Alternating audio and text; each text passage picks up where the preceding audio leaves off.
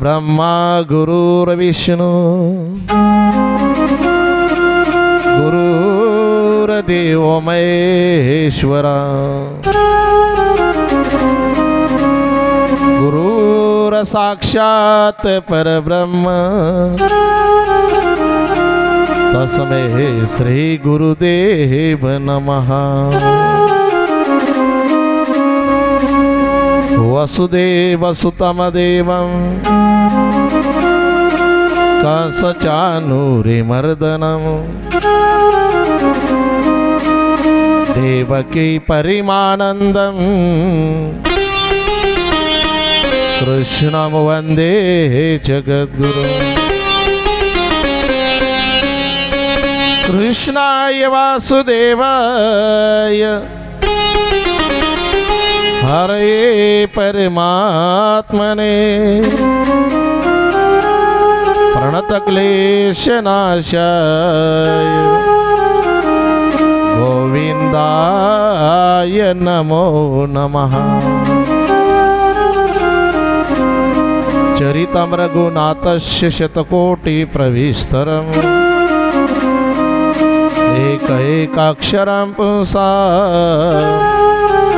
महापातकनाशनम्।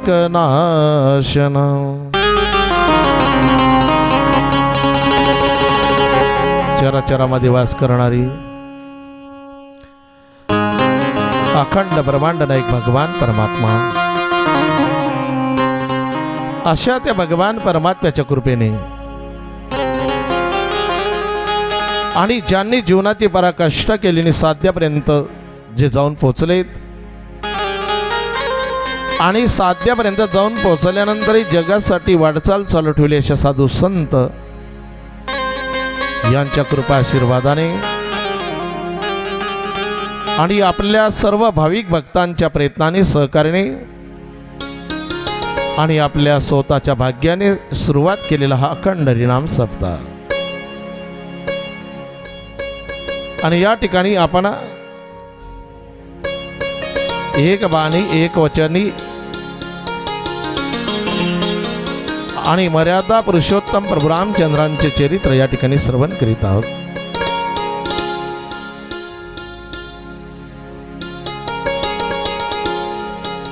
आणि ही रामकथा जीवाचं कल्याण करणारी कथा आहे। संसारामध्ये तापलेल्या प्रत्येक जीवाला सुख शांती प्राप्त करून देणारी म्हणजे रामकथा आहे। संसारामध्ये आपल्या प्रश्नांची उत्तर देणारी म्हणजे रामकथा आहे।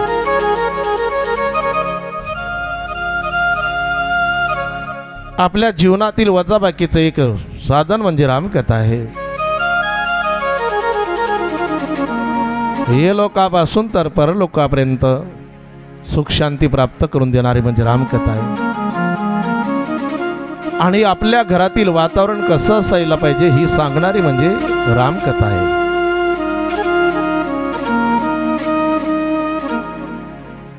संतों ने कहा, अगर तुझे आराम की जरूरत है तो आ राम के शरण में। अगर तुझे आराम की जरूरत है तो आ राम के शरण में। जो राम के शरण में आता है वो ही आराम में है। जो राम के शरण में नहीं आता वो तो बेचैन ही है संसार में। अगर इस संसार में सुखी होना है तो हर किसी को राम की जरूरत है। अगर ऐसा लगता है कि हमारे जीवन में आनंद आ जाए तो हमें राम की ही जरूरत है, क्योंकि राम ही आनंद है। उसके सिवा तो सब निरानंद ही है। सुख की जरूरत होगी तो राम की जरूरत है। अगर हमारे जीवन में समाधान चाहिए तो राम की जरूरत है।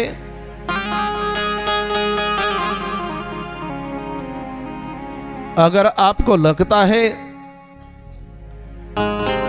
कि हमारे घर में बच्चे भी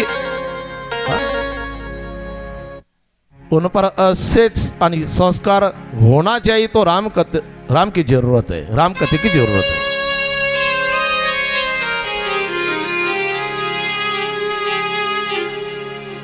जब तक हमारे शरीर में राम है तब तक सब ठीक है, और इसमें से राम अगर चले जाए तो क्या होगा? राम नाम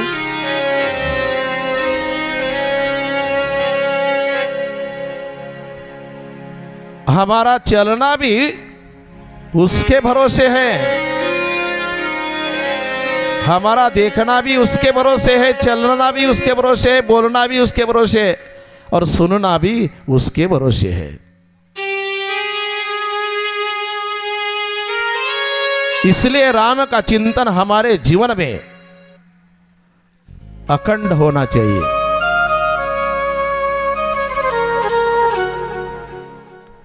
अगर हमें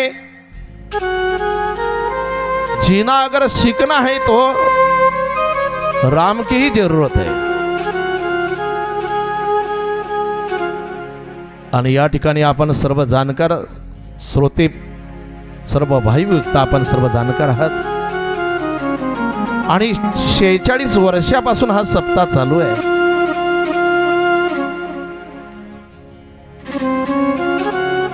आणि या ठिकाणी सुरुवात करणारे आपल्या गावातील अण्णा असतील आणि जगन्नाथ बाबा,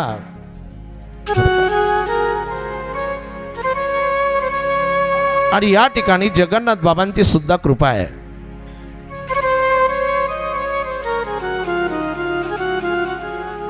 संत कृपा झाली ना, त्या ठिकाणी काही कमी राहत नाही। आणि जेव्हा रामचंद्राने धनुष्य यज्ञ पूर्ण केला, धनुष्य रामचंद्रांच्या हातून तुटल्यानंतर एक वीज कडाडल्यासारखा आणि आवाज झाला। तो धनुष्य रामचंद्रांच्या हाती केव्हाही कुणालाही कळलं नाही। प्रसंग आहे,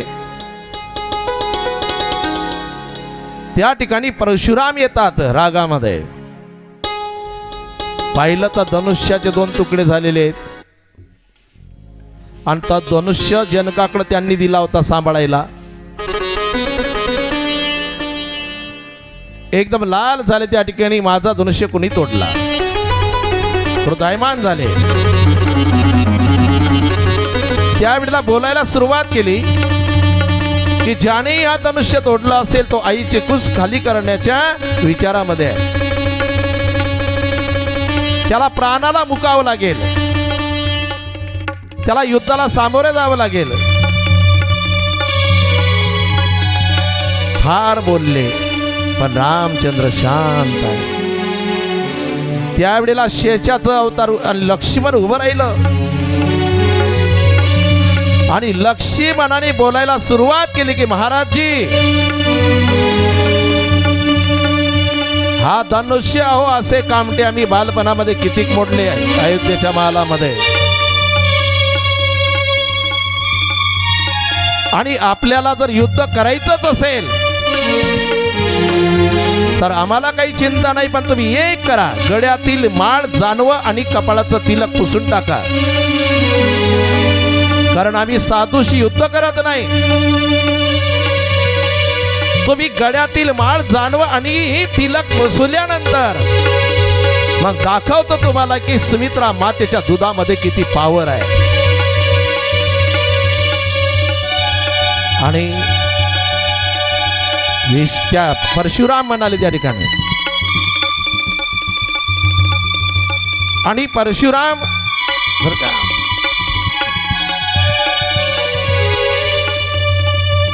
ये बच्चा माँ की गोद खाली करना चाहता है।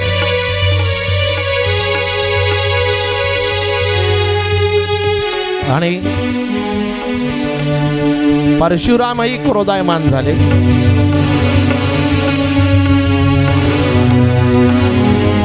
लक्ष्मणही शेषाचे अवतार पणपण करायला लागलं.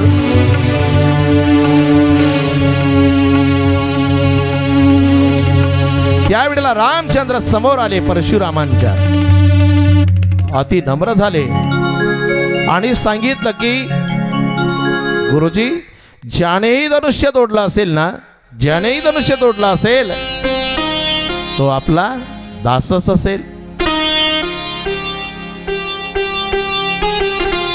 जगाचा मालक स्वतःला दास म्हणतो, कारण समोर साधू आहे. आणि परशुरामाचं लक्षही वक्षस्थलाकडे गेलं.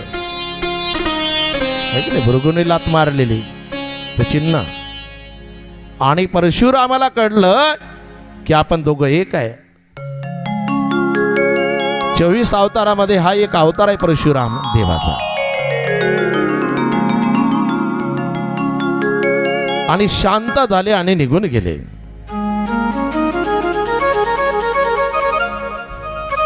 सीतेच्या स्वयंवरामध्ये धनुष्य यज्ञच का ठेवला जनकांनी?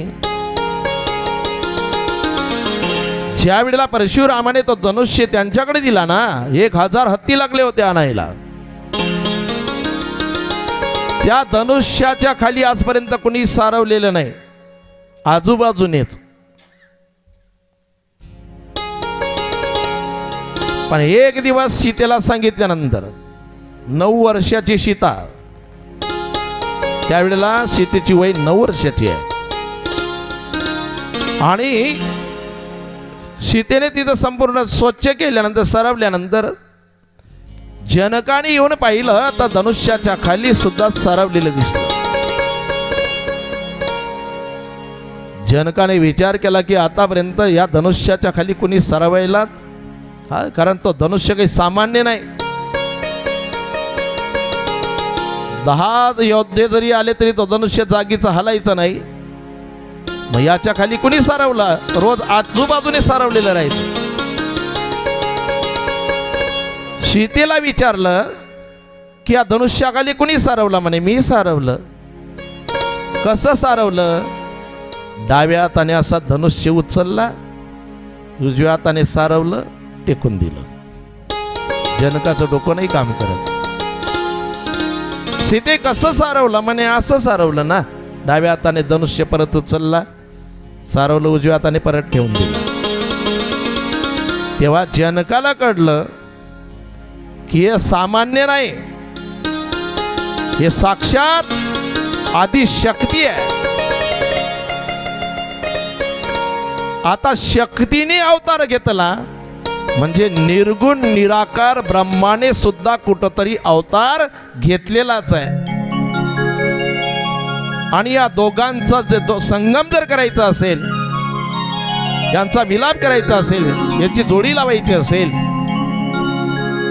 तर धनुष्य यज्ञ ठेवणंच गरजेचं आहे. कारण जिने एका हाताने धनुष्य उचलला ती शक्ती, आणि जो धनुष्य उचलेल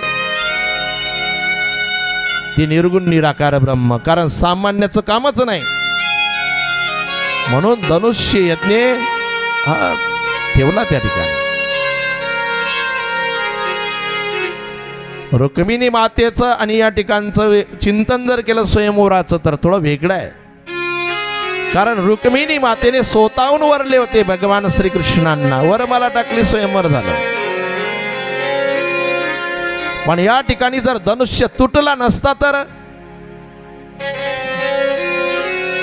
आणि सीतेला जन्म दिलेला नाही जनकांनी सुनैनाने. प्रसंग आहे, सीता जमिनीतून निघली, त्याआधी जमिनीत कशी गेली हे फार महत्वाचं आहे, बारकावे. नाहीतर सीता सापडली, सीता जमिनीतून निघली. सीता नागर हाणला बा राजाने, सीता निघली. आता राजा नांगर हाणील का विनाकारण? एखादा श्रीमंत माणूस असेल तोही शेतामध्ये स्वतःच्या काम करत नाही, मजुराकून काम करून घेतो. पण प्रसंग असा आहे, रावणाचे सेवक जायचे ऋषी मुनींकडं कर वसूल करायला, आताच्या भाषेमध्ये हप्ते वसूल करायला. आता वाईट काम केलं तर हप्ता आहे म्हणजे कर, पण तेव्हा जे चांगलं काम करतील त्यांच्याकडून कर वसूल करायचा. रावण, तुम्हाला सप्ताह करायचा ना, हो मग कर द्या. यज्ञ करायचा आहे कर द्या, कीर्तन करायचं असेल कर द्या, चांगलं काम कोणतंही असेल तर कर वसूल करायचा. तो ऋषी मुनी कंटाळून गेले आणि एक वेळ रावणाचे सेवक आल्यानंतर ऋषी मुनींनी त्यांना सांगितलं की आता रक्त शिल्लक आहे आमच्याकडे फक्त.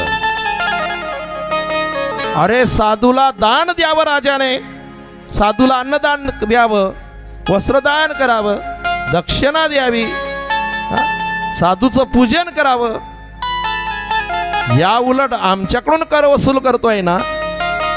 मग त्या ऋषी मुनींनी एक घडा घेतला आणि त्या घड्यामध्ये थोडं थोडं रक्त काढलं, त्या घड्यामध्ये टाकलं, घडा भरला आणि त्या घड्याचं मुख बंद केलं, बांधलं, सांगितलं घेऊन जा. त्यांनी तो घडा उचलला, रावणाच्या जवळ नेला. रावणाने सांगितलं काय आणलं दाखवा मला. पण ऋषी मुनींनी सांगितलं होतं सेवकांना की याच्यात काय, हे जर तुमच्या राजाने रावणाने पाहिलं तर त्याचा मृत्यू होईल आणि जिथं घडा पुरवल्या जाईल ना त्या ठिकाणी दुष्काळ पडेल, पाऊस पडणार नाही. रावण पाहायला लागल्यानंतर त्या ठिकाणी सेवक म्हणतात, महाराज ऋषी मुनींनी सांगितलेलं याच्यात काय तर पाहिलं तर तुमचा मृत्यू होणार.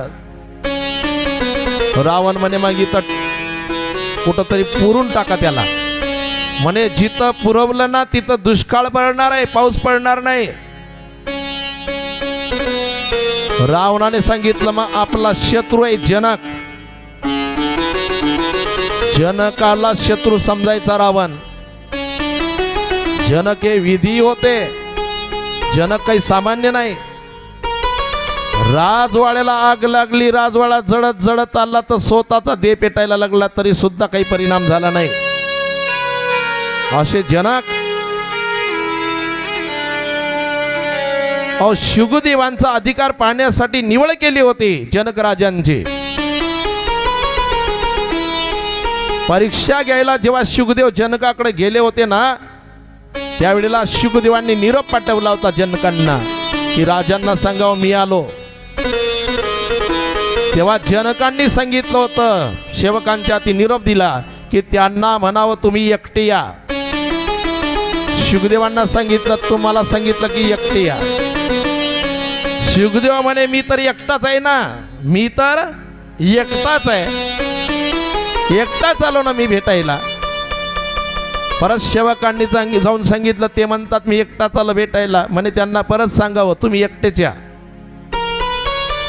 शुगदेवांच्या लक्षात आलं की हा मी शब्द जो आहे ना हा आपल्याला त्यागावा लागते, कारण मी पणा चालत नाही परमार्थामध्ये, व्यवहारात सुद्धा नाही चालत.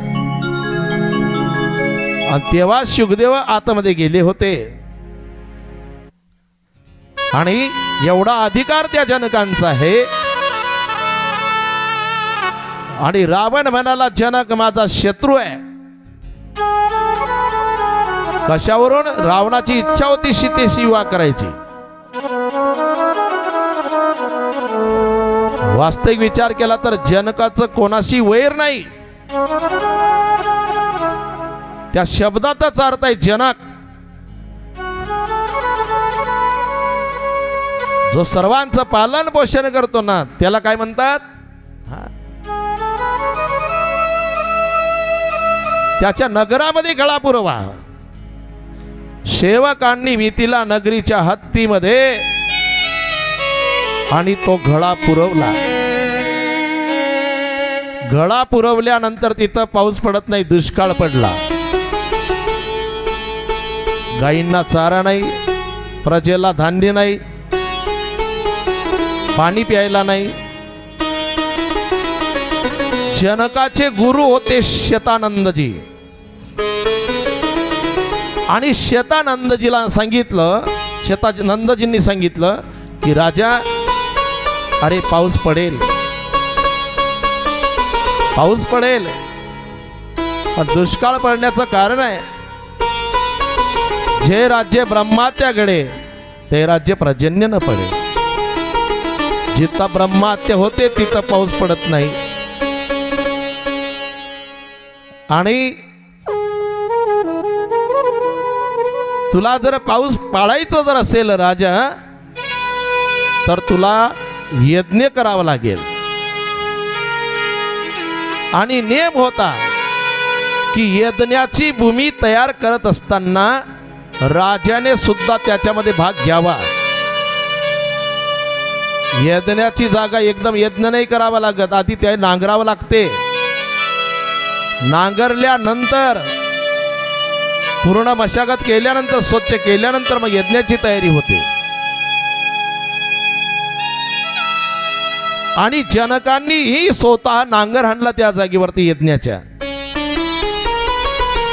पण नांगराला सोन्याचा फाळ होता बरं का, सोन्याचा फाळ. आणि जिथं हे ऋषीमुनींचं रक्त होतं ना, त्या ठिकाणी नांगर गेल्यानंतर नागराच्या तोंडाला शीत म्हणतात. त्या नागराच्या टोकाला शीत शब्द आहे. आणि शीत लागल्यानंतर ती सीता वरती आली आणि म्हणून तिचं नाव ठेवलं सीता. नंतर जनकांनी तिचं पालन पोषण केलं म्हणून तिचं नाव एक पडलं जानकी. आपण म्हणत नाही राम लक्ष्मण जानकी, म्हणजे बोलो मान. जनकांनी जन्म दिलेला नाही, पण सीतेमध्ये फार जीव आहे जनकांचा. आणि म्हणून त्या सीतेच्या विवाहामध्ये जनकांनी धनुष्य यज्ञ ठेवला होता, हे कारण आहे. आणि परत बारकावे असे रामायणातले, रामायण काही नुसतं अशी स्टोरीज थोडी आहे. सर्व राजांना निमंत्रण दिलं होतं जनकांनी सीतेच्या स्वयंवरामध्ये भाग घ्यायला. पण दशरथ राजांना निमंत्रण दिलं नाही. काय कारण? रावणासारख्या राक्षसी प्रवृत्ती वाल्याला सुद्धा निमंत्रण आहे, म्हणजे राक्षसांना निमंत्रण दिलं जनकांनी. पण एवढा सत्वशील राजा आहे, त्याला निमंत्रण नाही. काहीतरी कारण असेल की नाही? एक वेळेचा प्रसंग आहे. कुशध्वज नावाचा बंधू आहे. कुशकेतू सुद्धा काही ठिकाणी म्हटलेला आहे. आणि जनकाच्या भावाने काय केलं, शिकार करायला निघाला. आणि एका डुकराची शिकार करत असताना ते डुकर आलं मिथिला नगरीच्या हद्दीमध्ये, बरं आपल्या अयोध्या नगरीच्या हद्दीमध्ये. आणि डुकराला बाण मारायला लागले जनकाचे बंधू, आणि तो बाण लागला गाईला. आणि गाईला बाण लागल्यानंतर गोहत्या झाली, आणि गोहत्याचं पातक चांगलं नाही. त्यावेळेला जनकजी त्या ठिकाणी जातात आणि गाईला मिठीमध्ये घेतात. डसा डसा रडतात जनकजी की याचं प्रायश्चित्त भोगावं लागेल, मला नाही, माझ्या भावाला नाही, पूर्ण प्रजाला भोगावं लागेल. पण काहींनी सांगितलं की महाराज, या नगरीचा राजा दशरथ पुण्यवान राजा आहे, आणि त्या राजाच्या मनामध्ये आलं ना या गाईला जिवंत करायचं, तर ते दशरथ राजे गाईला जिवंत करू शकतात. चांगला आहे का? आणि त्यावेळेला दशरथांना निरोप पाठवला की असा असा प्रसंग आहे, त्यांच्यातून गाय मेली, गोहत्याचं पातक लागेल, गाय जिवंत करायची आहे, तुमची गरज आहे. दशरथ राजे साधनेमध्ये होते आणि त्यांच्या महालामध्ये एक साफसफाई करणारा सेवक, त्याला सांगितलं, कमंडलू दिलं, त्याच्यामध्ये जेल आहे. सेवकाला सांगितलं यांच्यासोबत जा आणि हे जेल आहे ना गायीवरती टाक. सेवके करावे सांगितले काम. त्याने कमंडलू घेतला, जनकाच्या जवळ आले. जनक नाराज झाले की दशरथ राजे आले नाही, गोहत्याचं पातक जाणार नाही. सेवकाने सांगितलं चिंता करू नका. त्या दशरथ राजाच्या सेवकाने जल घेतलं आणि गायीवरती टाकलं तर गाय जिवंत झाली, पळायला लागली. आता ऐका, जनक राजांच्या स्मरणामध्ये हा प्रसंग आहे की दशरथ राजांचे सेवक सुद्धा असे शक्तिशाली आहे की मेलेली गाय त्यांच्या हातून जिवंत झाली, पळायला लागली. आणि आपण जर दशरथ राजाला जर निमंत्रण दिलं धनुष्य यज्ञासाठी आणि त्यांचं जर जमलं नाही, त्यांनी जर धनुष्य यज्ञात भाग घ्यायला जर एखाद्या सेवकाला पाठवलं तर त्यांचा सेवक धनुष्य यज्ञ पूर्ण करू शकतो त्यांच्या कृपेने. आणि त्याने धनुष्य जर तोडला तर माझी सीता का मी सेवकाला द्यायची का? दशरथ राजे आले ठीक आहे, त्यांचे पुत्र आले ठीक आहे, सोबत पुत्र आले तर धनुष्य यज्ञ पूर्ण होईल. पण त्यांनी जर एखाद्या सेवकाला पाठवलं, सेवकाने जर धनुष्य यज्ञ पूर्ण केला तर माझी सीता मला सेवकाला द्यावी लागेल. म्हणून सर्वांना निमंत्रण दिलं होतं, पण त्या ठिकाणी दशरथ राजांना निमंत्रण दिलं नाही, हे कारण आहे.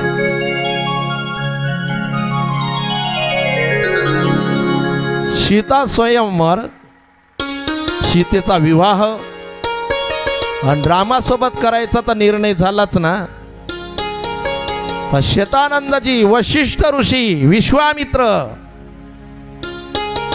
ज्येष्ठ आणि श्रेष्ठ सर्व विचार करतात की सीतेच्या बहिणी रामाच्या भावाला जर दिल्या तर किती चांगलं होईल. सर्वांनी सांगितलं काही हरकत नाही, उलट चांगलं आहे. आणि दोन जनकाच्या होत्या आणि दोन जनकाच्या भावाच्या होत्या. सीता आणि उर्मिला हे जनकाच्या होत्या आणि श्रुतकीर्ती आणि मांडवी या जनकांच्या भावाच्या होत्या.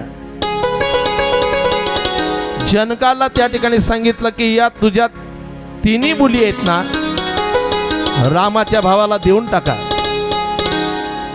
जनकाने सांगितलं तर आनंदच आहे, माझ्या 4 मुली जर दशरथ राजांच्या सुनबाई होत असतील, मला कोणत्याही गोष्टीचे आणि विचार करण्याची गरज नाही. कारण माझ्या मुलींना दशरथ राजांसारखा सासरा भेटणार नाही. जनकाला वाटलं कौशल्या, सुमित्रा, कैकेयी सारख्या सासू राहणार आहे आणि रामचंद्र, लक्ष्मण, भरत, शत्रुघ्नासारखे माझे जवाई होणार आहे. किती स्वाभिमानाचा विषय. एखाद्या माणसाचे जवाई जर सप्त्यात आले समजा महाराज म्हणून, मग कीर्तनकार असो, कथाकार असो का गायक वादक असो, सासऱ्याला किती स्वाभिमान वाटतो. तसं जनकाने विचार केला की राम, लक्ष्मण, भरत, शत्रुघ्नासारखे जर माझे जवळ राहतील, मला चिंता करण्याची गरज नाही. आणि सीतेचा बहिणींचा विवाह रामाच्या भावाशी झाला. सीता रामचंद्रांना देण्यात आली. उर्मिला लक्ष्मणाला, मांडवी भरताला आणि श्रुतकीर्ती जे आहे ना ते शत्रुघ्नाला देण्यात आली. आणि 4 भावांचा विवाह या ठिकाणी थाटामाटामध्ये पार पडला. सीतामाता वर मला टाकायला गेली तर देवाची उंची जास्त आहे, सीतामातेची उंची कमी आहे, हात पुरत नाही. काही सेकंद वाया गेले. रामचंद्र झुकायला तयार नाही, सीतामातेचा हात पुरत नाही. तर काही सेकंद विलंब झाला त्यांच्या विवाहाला तर त्यांच्या जीवनामध्ये 14 वर्षाचा वनवास आला. आपले घंटेचे घंटे वाया जातात, है की नाही? काही सेकंद विलंब झाला व देवाच्या विवाहाला तर 14 वर्षाचा वनवास जीवनात आला. हा, मग आपले घंटेचे घंटे वाया जातात ना, काय होईल? हे काही प्रसंग शिकण्यासारखे प्रसंग आहे बरं का. पण आपण जिथं घाई करायला पाहिजे तिथं करत नाही. हा, आहे की नाही? नरदेव घोड्यावर बसल्यानंतर एकच गल्ली असली तरी 3-4 घंटे लागतात. नाचावं नाचू नये अशातला भाग नाही. पण आता काही लग्न असे लागतात ते स्टँडर्ड टाइम बी राहत नाही आणि गरज मुहूर्तही म्हटलं जात नाही, मध्येच लागतात 3 आणि 3:30ला. सांगा आता कोणतं मुहूर्त समजावं, आहे की नाही? आणि हे आपल्याकरता शिकण्यासाठी आहे. बराच वेळ झाला सीता मातेचा हात पुरत नाही, रामचंद्र झुकत नाही. लक्ष्मण म्हणतात देवा तुम्ही थोडे झुका ना खाली. सीता मातेला हार टाकायचा हात पुरत नाही. रामचंद्र म्हणतात लक्ष्मणा हा लग्नाचा मंडप आहे, सप्त्याचा थोडी आहे. लग्नाच्या मंडपात जो झुकला तो झुकलाच समजा, म्हणून मान बर का. मग लक्ष्मणाने विचार केला तुम्ही जर झुकायला तयार नसतील तर मला काहीतरी करावं लागेल. आणि ज्याचा जसा स्वभाव असेल तो काही जात नाही. अंतरीचे धाये स्वभाये बाहेर.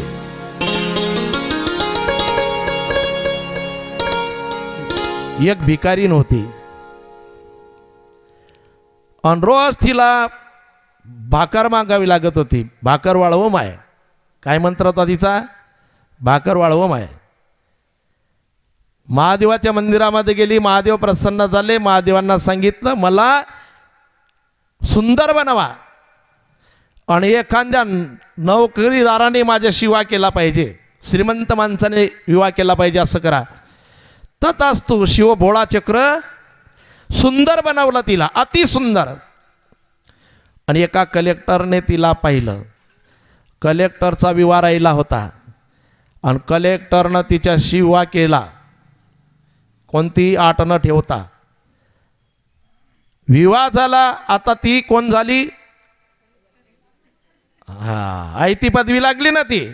आधी भिकारी नव्हती, आता कलेक्टरीन ताई झाली. आणि महिलांना पदवी घ्यायची गरज नाही, आयतीच येते. कंडक्टर दादाची पत्नी, वायरमनची पत्नी, मास्तरची पत्नी, डॉक्टरची पत्नी, वकिलाची पत्नी, आहे की नाही? आणि महाराजची पत्नी. इथं पदवी नाही लागत. हा, आणि वर्षातून एक दिवस आला, आता येईल पुढे 14 तारखेला. हा हा, पुरुषोत्तम मास आला की मग 15ला, पण 14 म्हणजे 14 मकर संक्रांती. आणि तो नाव घ्यायचा कार्यक्रम असतो ना तुमचा. हा, बोर, गाजर, तीळ, शेंगदाणे, अजून गूळ, हा ते मी सर्व वाण. आणि मग महिला मंडळी एकमेकीच्या घरी जातात, ते सर्व बसतात, नावं घेतात. मग आता कॉलनीतल्या महिला मंडळी म्हणतात आता आपले घर सर्वांचे लहान आहे, मोठा बंगला कोणाचा आहे? कलेक्टर ताईचा आहे. सर्व तिथं गेले आणि तिथं गेल्यानंतर मग एका एका मावशीने नाव घ्यायला सुरुवात केली. एक गरीब होती आणि तिचा पती कधी वेळेवर घरी यायचा नाही, तिकडं पडेल राहायचा.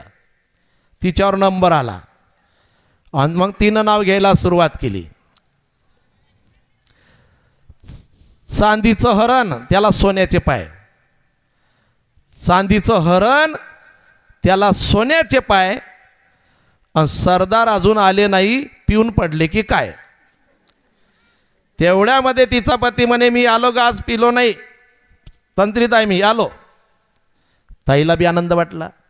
आणि दुसरा नंबर होता मग कलेक्टर ताईचा. आता हिला वाटलं गरीबाची पत्नी असून जर चांदीचं हरण आणि सोन्याचे पाय सांगते, आपण तर कलेक्टरची पत्नी आहे. मग तिनं हरण सांगितलं तर हिनं हत्तीच घेतला. चांदीचा हत्ती त्याला सोन्याचे पाय, चांदीचा हत्ती त्याला सोन्याचे पाय. आणि कलेक्टरची पत्नी नाव घेते भाकर वाळव.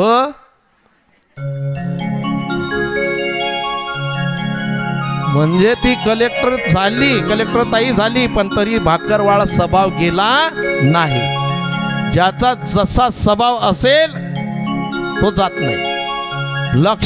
लक्ष्मणाला माहिती आहे देव झुकत नाही ना, पण देवाचा स्वभाव माहिती होता लक्ष्मणाला.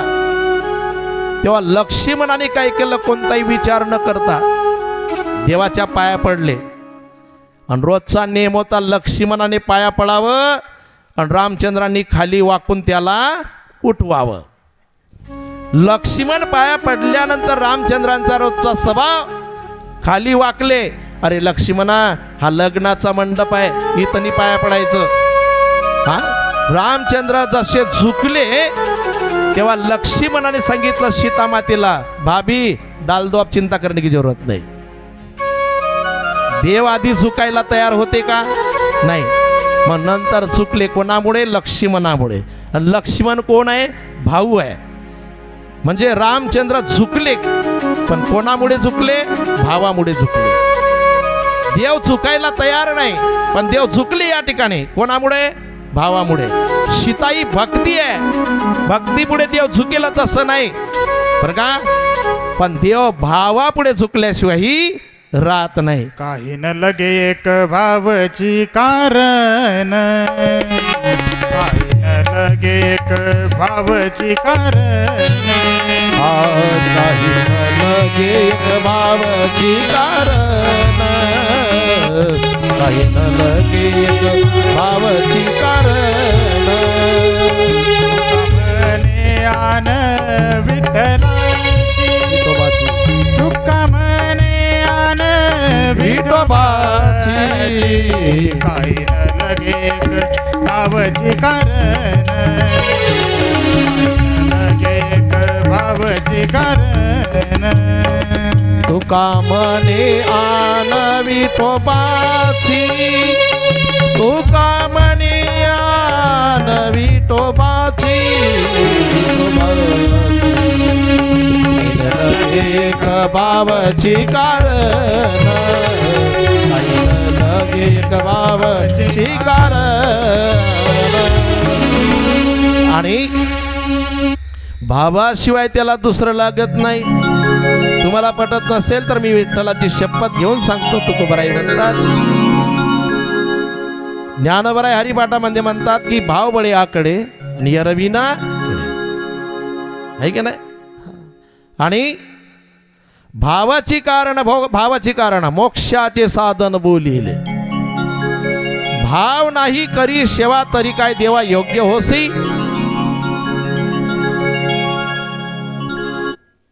एक श्लोक आहे, भावेन देवम कलया नरेंद्रम धनेन कांता कपटेन शत्रु सत्येन मित्रम कृपयाच पुत्रम ज्ञानेन मोक्षम वशिमान यंती. कोणती कोणती गोष्ट कोणत्या कोणत्या गोष्टीने प्राप्त होते त्याच्यामध्ये पहिला क्रमांक सांगितला, भावेन देवम. भावाशिवाय आहे की नाही. तुका म्हणे भावावीण त्याचे मान वडेना. भाव पाहिजे. देव झुकायला तयार आहे, पण काय लागेल? भाव. देव भूलला भावासी, देव भूलला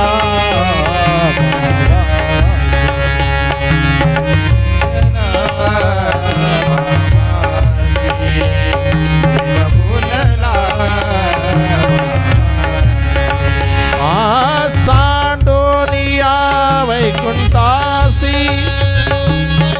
सांडोनिया वैकुंठासी, सांडोनिया वैकुंठासी. देव भूलला भावासी, देव भूलला भावासी, देव भूलला भूलला भूलला भावासी. भावासी देव बोलला भावासी देव बोलला भावासी देव बोलला भावासी देव बोलला भावासी. आणि देव झुकायला तयार आहे. आणि कोणामुळे? भावामुळे.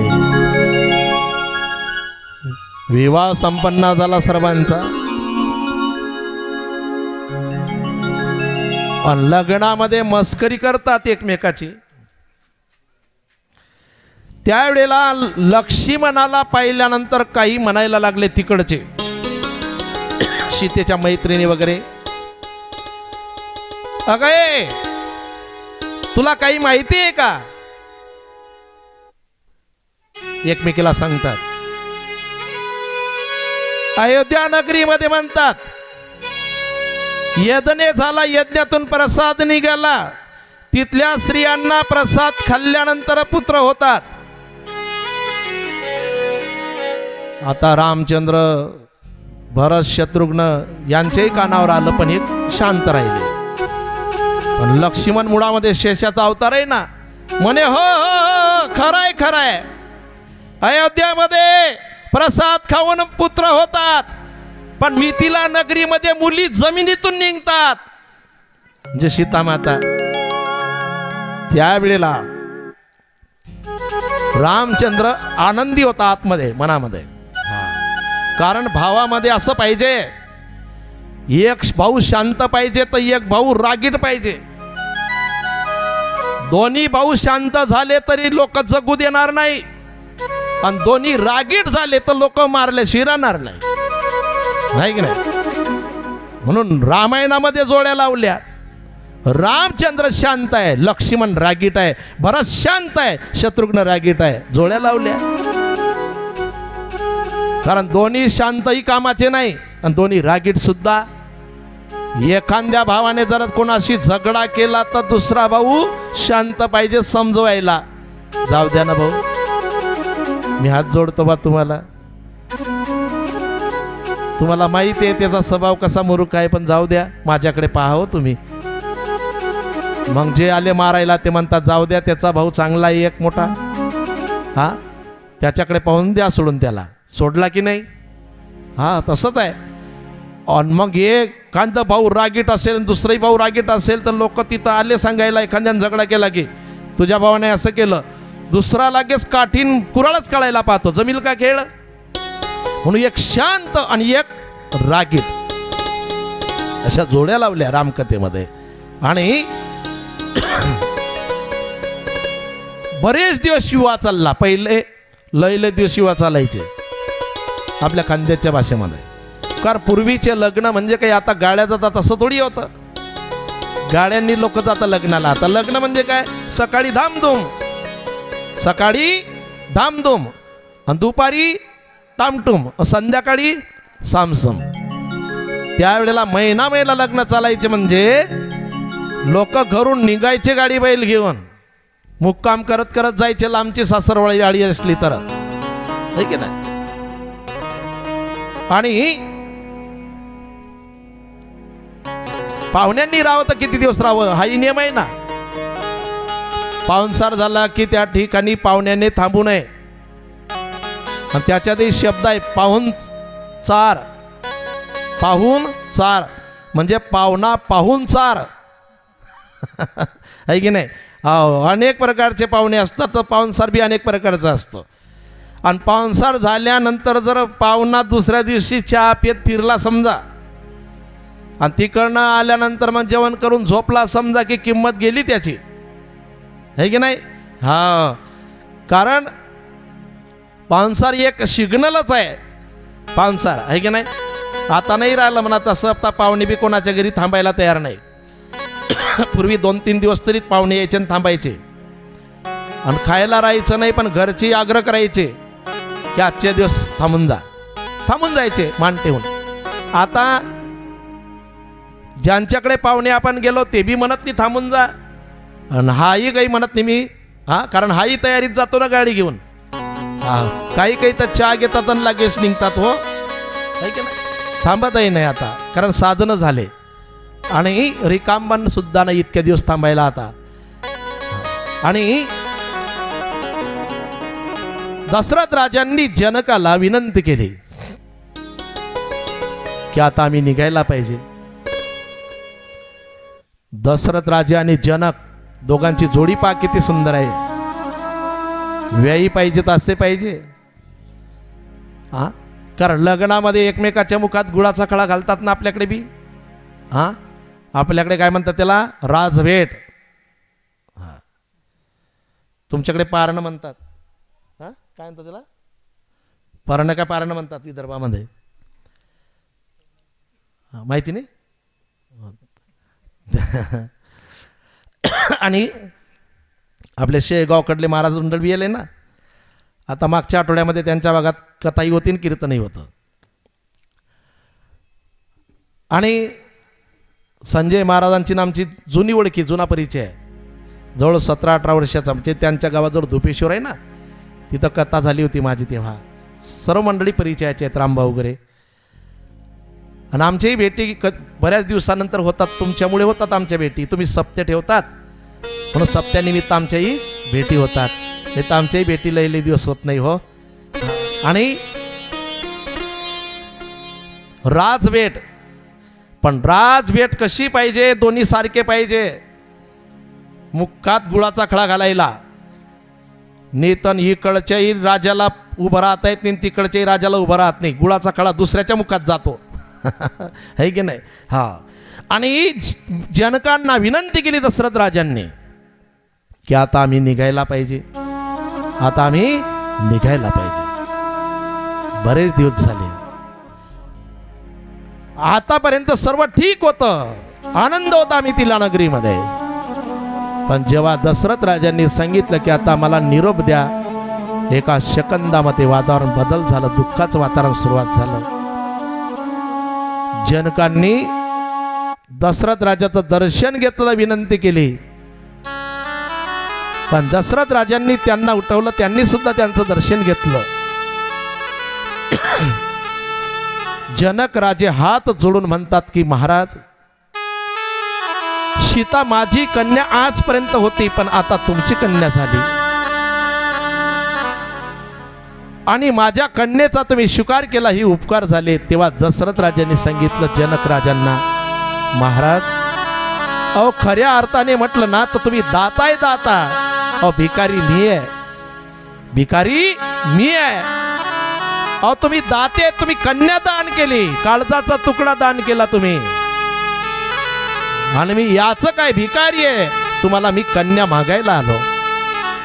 खऱ्या अर्थाने कन्याचा बाप दाता असतो आणि नरदेवाचा बाप भिकारी असतो.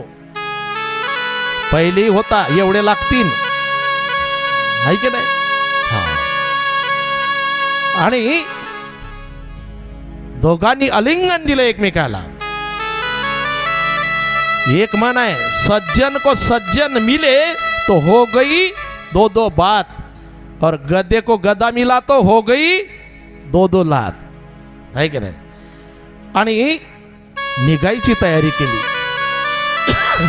निघायची तयारी केल्यानंतर जनक राजांनी आपल्या कन्यांसाठी हाती, घोडे, रथ, गाई, म्हशी, सोनं, चांदी, हिरे, माणिक, मोती सर्व दिलं. कारण मुलीला द्यावं, मुलीला तसं वाटी लावायचं नाही. ही पद्धत सुरुवातीपासून आहे, पण लोकांनी त्याचं रूपांतर हुंड्यात केलं तर हुंड्यामध्ये, है की नाही. हा मुलीच्या बापाच्या सोयी इच्छेने जर असेल ना तर ती एक दक्षिणाच आहे, पण त्याचं अंतकरण दुखवून त्याला शेती घरं विकावे लागत असतील ना, मग त्यावेळेला घेणं हे आत्मा दुखून आहे, है की नाही. आणि कोणाचं देणं पुरत नाही आणि देवाने दिलेलं सरत नाही. म्हणून मुलीच्या बापांच्या इच्छेने पाहिजे होतं. एवढंच नाही तर त्या जनावरांना खाण्यासाठी चारा सुद्धा दिला जनकांनी, चारा. आणि सांगितलं की आम्ही शेवटपर्यंत तुम्हाला चारा सुद्धा पोचवणार. दशरथ राजांनी सांगितलं, हो आमच्याकडे का चारा नाही का, गाईंना म्हशींना हत्ती घोड्यांना खायला चारा नाही आमच्याकडं, चारा कशाला पाहिजे. त्यावेळेला जनकांनी सांगितलं की आमच्या मध्ये पद्धत आहे, आम्ही मुलीच्या घरचं खात नाही, आणि आम्ही मुलीच्या घरचं खात नाही ना, म्हणून आमचे जनावर सुद्धा तुमच्या घरचं खाणार नाही, म्हणून आम्हाला चारा पोसावा लागेल. परीक्षा घेण्यासाठी गायींना म्हशींना जनावरांना अयोध्या नगरीचा चारा टाकला होता दशरथ राजांनी, तर तोंड लावलं नाही खरंच, तो बाजूला केला आणि मी तिला नगरीतला टाकला तर खायला लागले. म्हणून काही लोक मुलीच्या घरी जर जेवण केलं ना, आणि तशी पद्धत आहे, जेवण केलंच ना तर मुलीच्या घरी ताटाला वडगण लावावं बापाने, अशी पद्धत आहे. वडगण लावलं पाहिजे. वडगण कशाचं? हां, एका ठिकाणी आम्ही म्हटलं बा वडगण लावा, त्याने काय केलं, एक दगड घेतला आणि घेतला ताटाला लावून. नाही काही तर समजा ताटाला 4-5 हजार रुपये तरी लावले पाहिजे. जमलं ना आता? अहो 1 रुपया का असे ना, पण वटगण लावलं पाहिजे ताटाला. जसं साधू जेवायला आले की साधूला तसं जेव घालू नये, ताटाला वटगण लावलं गेलं पाहिजे. 1 रुपया का होईना. वारकऱ्यांना जेव घालायचं असेल ना तर 1 रुपया तरी तुम्ही दक्षिणा लावत जा ताटाला. ही पद्धत आहे. कारण अन्नदानाचं फल त्याच्यामध्ये आहे. दक्षिणा दिल्याशिवाय अन्नदान घडत नाही, एवढं मात्र नक्की बरं का. म्हणून आपली वारकरी मंडळी आहे ना, हो मग मृदंगाचार्य असेल, सर्व गायनाचार्य मंडळी असेल, विणेवाले असतील, हां सर्वांना काय करावं, 1-1 रुपया का होईना पण त्यांना वडगण लावायचं, ही पद्धत आहे. हे तेव्हापासून आहे. तरी असो, आणि वाटी लावत असताना सीता माता रामचंद्राच्या सोबत रथामध्ये बसल्या, जोड्याच्या जोड्या रथामध्ये बसल्या, आणि निघाले अयोध्यातील सर्व जन. त्यावेळेला जनक नगरीमध्ये सर्व वातावरण दुःखाचं वातावरण झालं.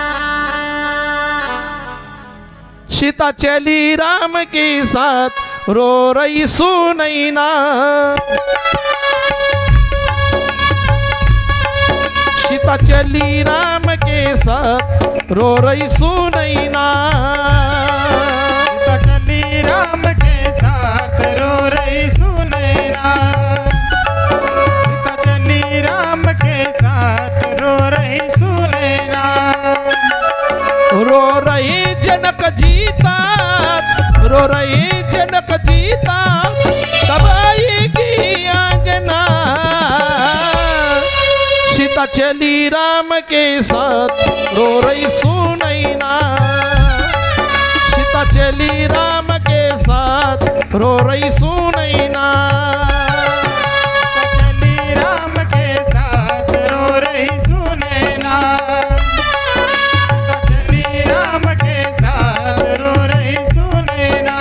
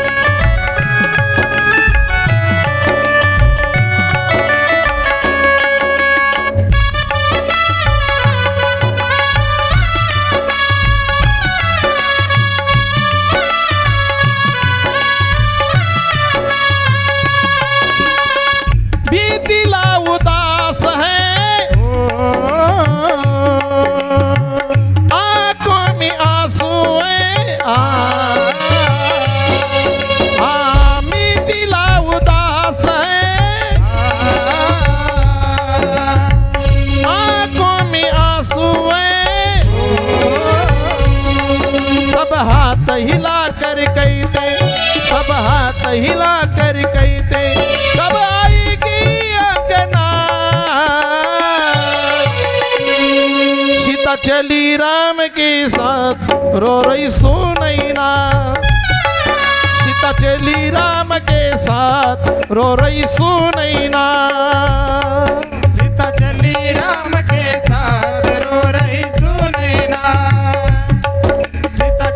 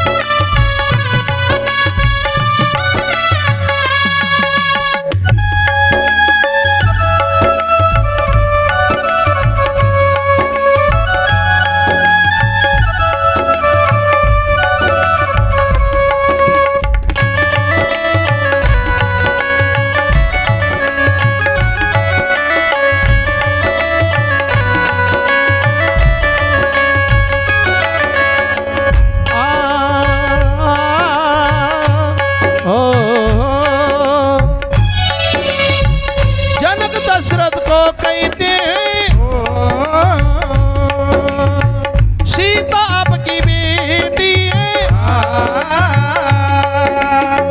जनक दशरथ को कहते हैं। सीता आपकी बेटी है, वो भूल करेगी तो, वो भूल करेगी तो उसे माफ करना। सीता चली राम के साथ रो रही सुनैना, सीता चली राम के साथ रो रही सुनैना। सीता चली राम के साथ रो रही सुनैना, सीता चली राम के साथ रो रही सुनैना।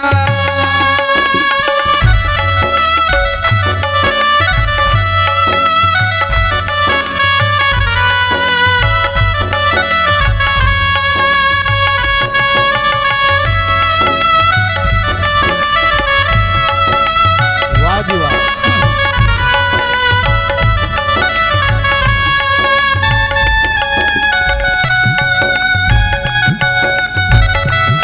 राधे राधे।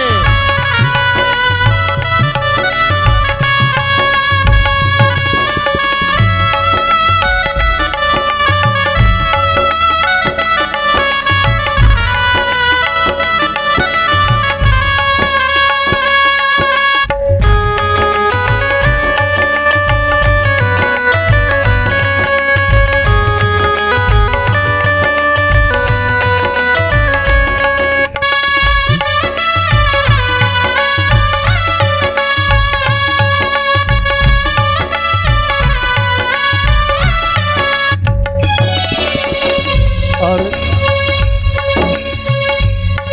सुनैना सीता को कहती है,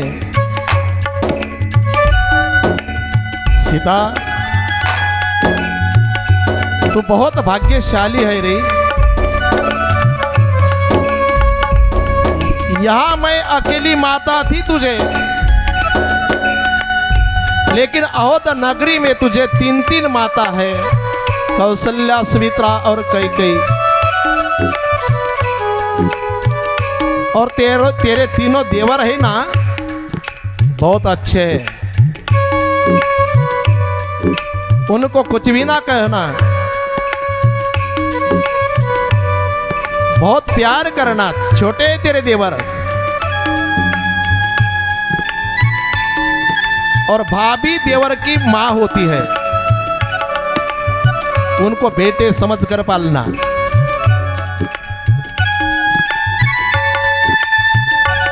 समझाती है सुनैना सीता को, अगर आपकी बेटी, हमारी बेटी अगर ससुराल जाए तो माँ बाप ने क्या कहना चाहिए?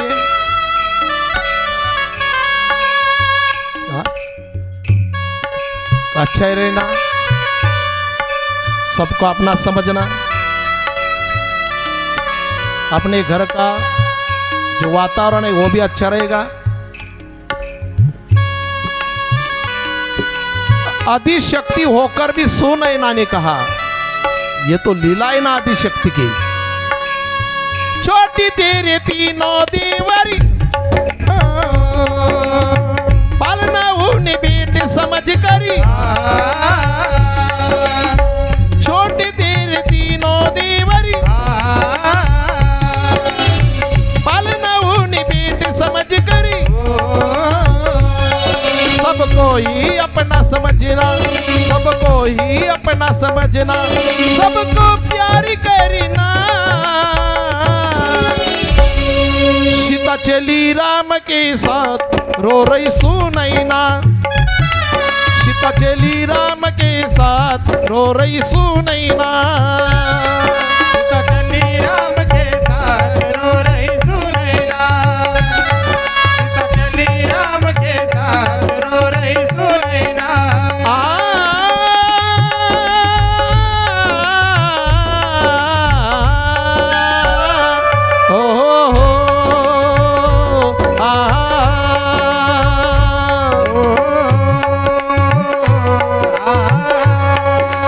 सीता चली राम के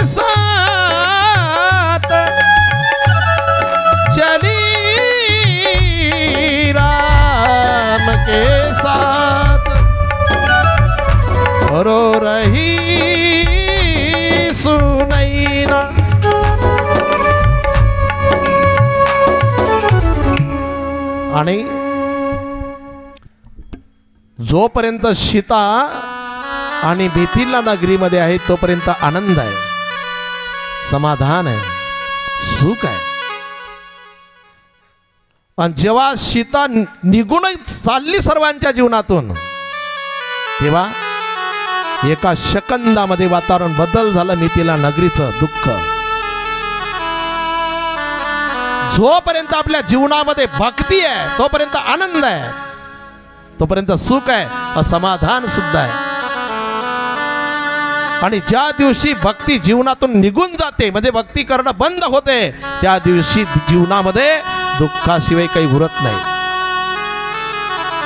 सीता ही भक्ती आहे. भक्तिमय वातावरण जर घरामध्ये असेल तर ते घर केव्हाही पहा तुम्ही कसं आहे. ज्या घरामध्ये भक्ती आहे ते घर तीर्थरूप आहे आणि पवित्र होते ते घर. त्या घरात पाप सुद्धा नाही राहत. तद्गृहम तीर्थ रूपम ही वसताम पापनाशनम. आणि सीतामाता निघून गेल्यानंतर कुणाच्याही घरामध्ये चूल पेटली नाही. एवढंच नाही, जनावर सुद्धा चारा खात नाही. एवढे सर्वांच्या जीवनामध्ये दुःख. आणि नंतर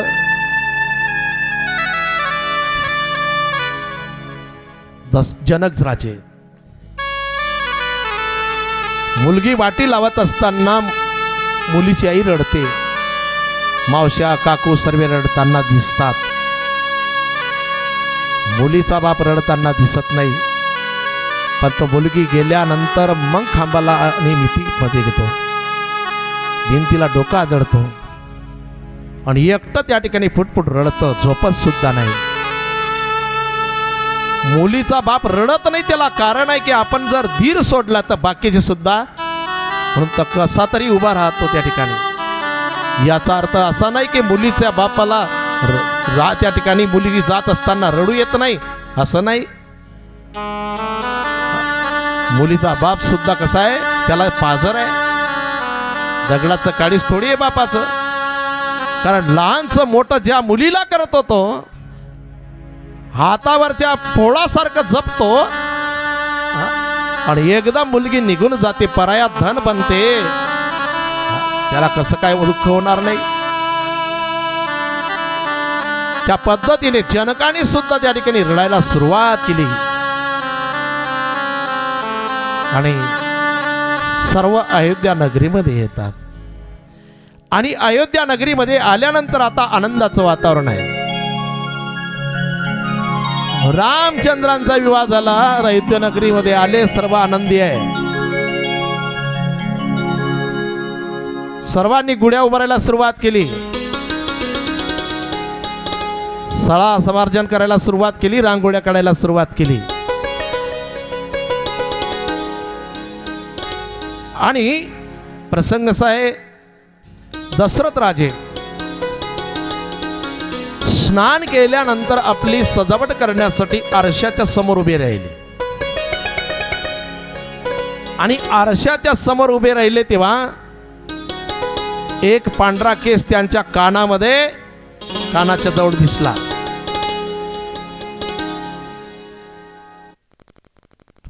आणि दशरथ राजांनी विचार केला. तुकोबराय सुद्धा म्हणतात, आधी करून सर्व संत मंडळी म्हणतात, जरा कर्ण मोडी, जरा कर्ण मोडी सांगाले गोष्टी, जरा कर्ण मोडी सांगाले गोष्टी,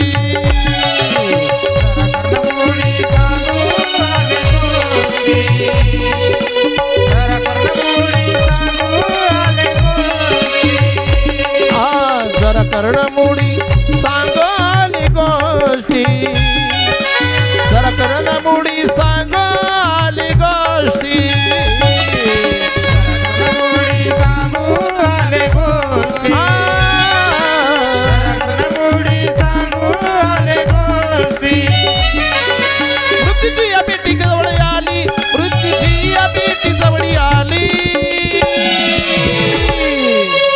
आता माझ्या मना होई सावधान, आता माझ्या मना होई सावधान, माझ्या मना होई सावधान, आता माझ्या मना होई सावधान. जरा कर्णमुडी सांग आले गोष्टी, जरा कर्णमुडी सांग आले गोष्टी, मृत्यूची या भेटी जवळी आली, मृत्यूची या भेटी जवळी आली. जरा कर्णमुडी सांगू आले गोष्टी, जरा कर्णमुडी सांगू आले गोष्टी, मृत्यूची या भेटी जवळी आली, मृत्यूची या भेटी जवळी आली. आणि दशरथ राजांनी विचार केला की आता आपल्याला उतरती कळा चालू झाली, आता आपण राज्य सांभाळायच्या लायकीचे नाही,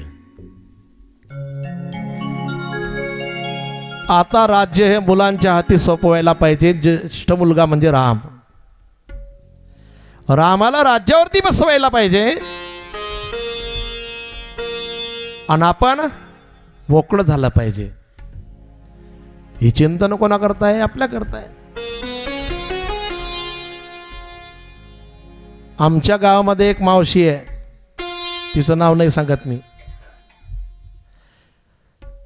तिचं वजन आहे 25 किलो आणि कंबरला चाबी आहे 35 किलो.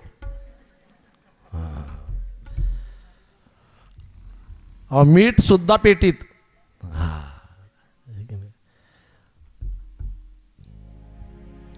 उतरती कळा लागल्यानंतर माणसाने थोडं मोकळं व्हायचे प्रयत्न करावे. जेवढा मिळेल वेळ तो वेळ आहे ना चांगल्या ठिकाणी घालवावा, मंदिरामध्ये, कथा कीर्तनामध्ये. आणि तो कानामध्ये आलेला केस सांगतो की आता आटपा, जरा कर्णमुडी सांगू आली गोष्टी. कर्णमुडी म्हणजे जरा म्हणजे सफेद बाल. सांगू आली गोष्टी, मृत्यूची या भेटी जवळ आली, नाता माझ्या मना होई सावधान. प्रत्येकाने मनाला आणि सावधान केलं पाहिजे.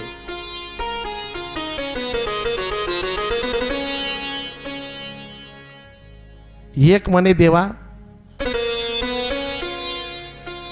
तुम्ही मला एकदम घ्यायला पाठवसा नियमाला, तर तसं नको करा. मला कळलं पाहिजे की माझं मरण जवळ आलं, म्हणजे मी काहीतरी चांगलं काम करायला सुरुवात करीन, सावध होईल.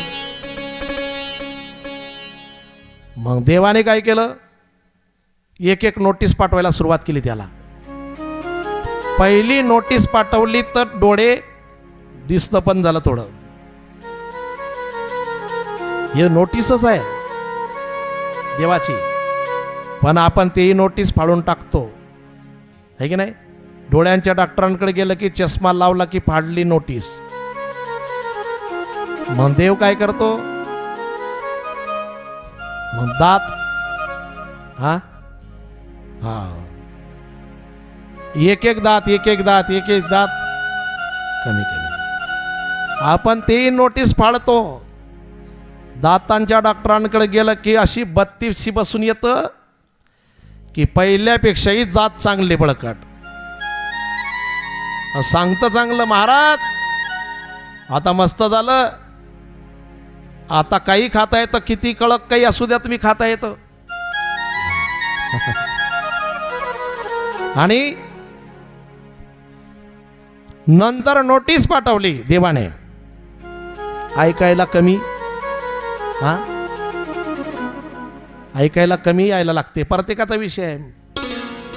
हा माझंही तसं होईल. आता मलाही 50 वर्ष पूर्ण झाले समजा, अजून 4-5 वर्ष म्हणा का 10 वर्ष म्हणा, प्रत्येकाचं होणारच आहे तसं. आपोआप अवयव कमी कमी होत चालतात. आणि माणसाला मरण एक दिवस येणारच आहे प्रत्येकाला. ते काय विषय, माणूस जगून जगून जगीन तर किती जगणार. आता मी समजा जगलोच तर काय 200-300 वर्ष जगीन फार फार तर, अशी माझी इच्छा जरी असेल तरी जमेल का? नाही जमू शकत ना. आणि त्या कानाचं बी ते काय केलं, नोटीस फाडून टाकली, ऐकायला कमी यायला लागलं तर. नाक कान घसा डॉक्टरांकडे गेलं आणि ते मशीन बसून आलं, ते मोबाईलच्या वायरिंग सारखं आगपेटी. आता तेही बंद झाली आगपेटी, आता फक्त कानाच्या जवळ असते बांगडीसारखं, तेही बंद झालं. आता एक असं बारीक आलं यंत्र की आता ते कानात समजत बी नाही, कुणाला दिसत बी नाही. पण त्याची किंमत जास्त सांगतात, लाखाच्या वर आहे.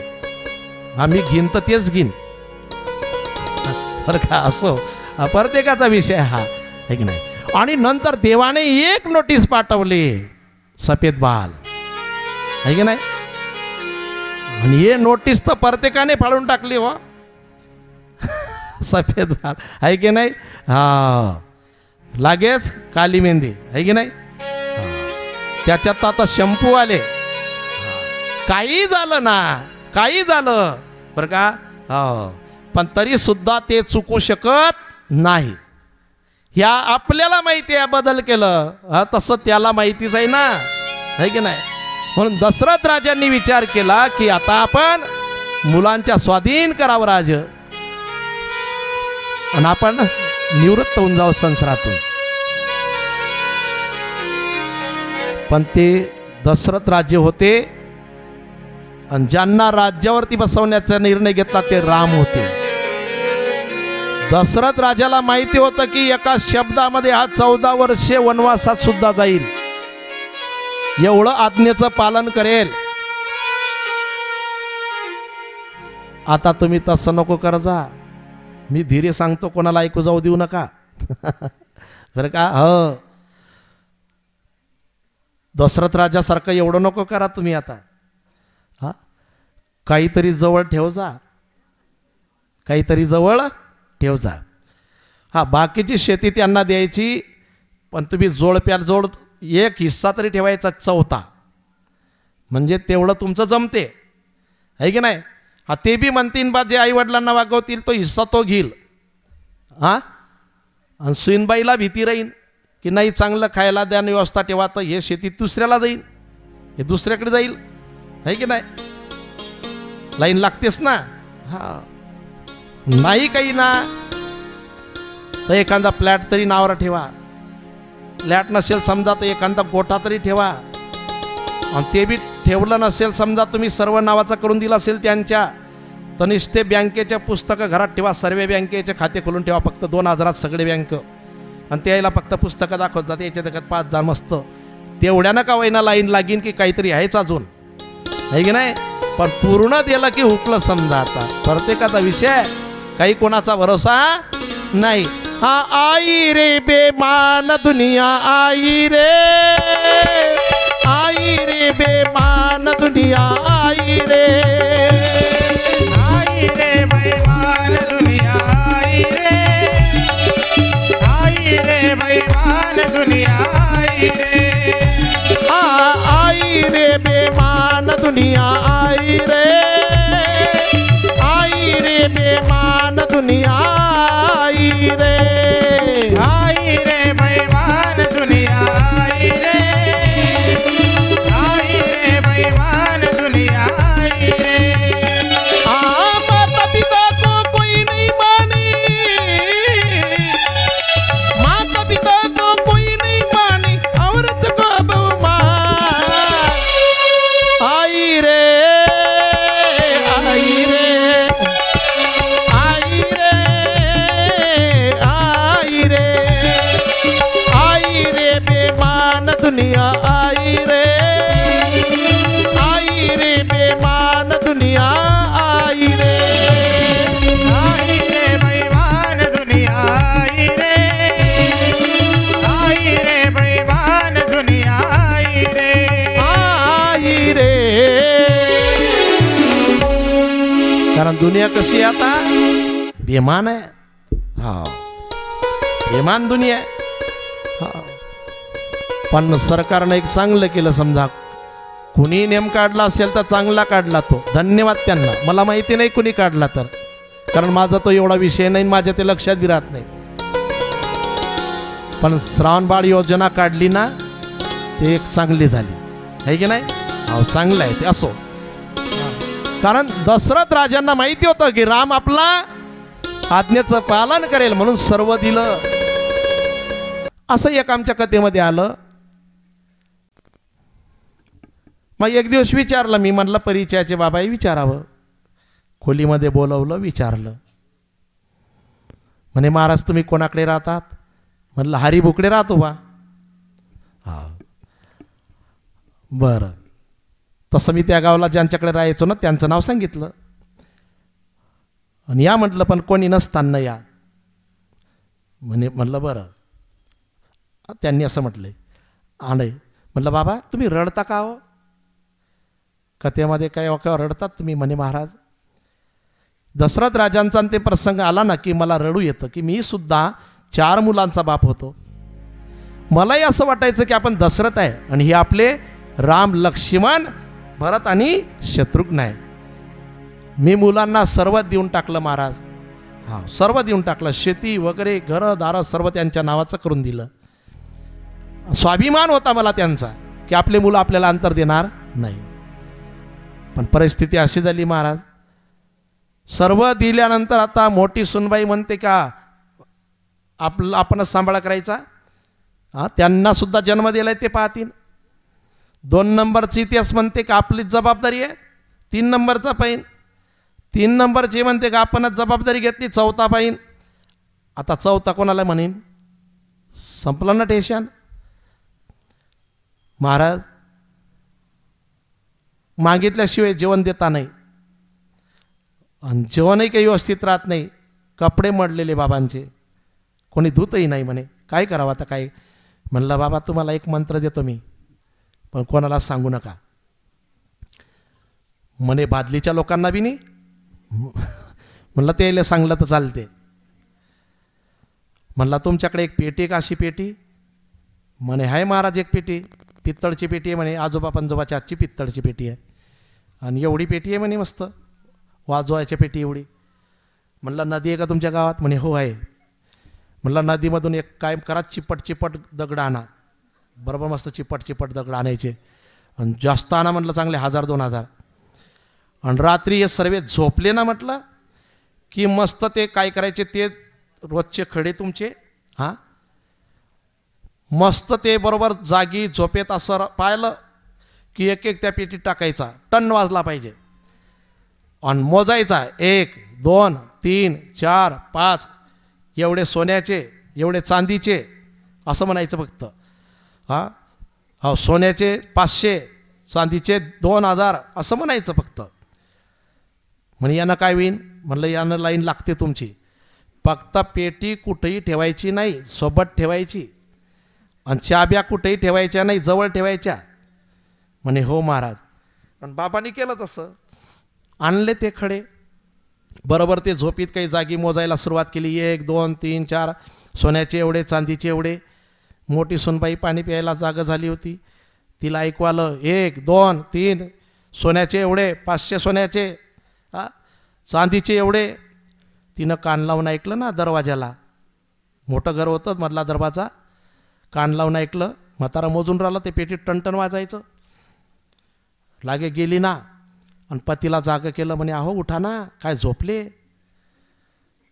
बुड्यानं सर्वांनी दिलं म्हणे अजून चांदीचे सोन्याचे रुपये ठेलाय. म्हणे तुला कसं काय माहिती? म्हणे ऐका ना तुम्ही मोजून राहिले ना. त्यानं कान लावला. खरंच आवाज आला.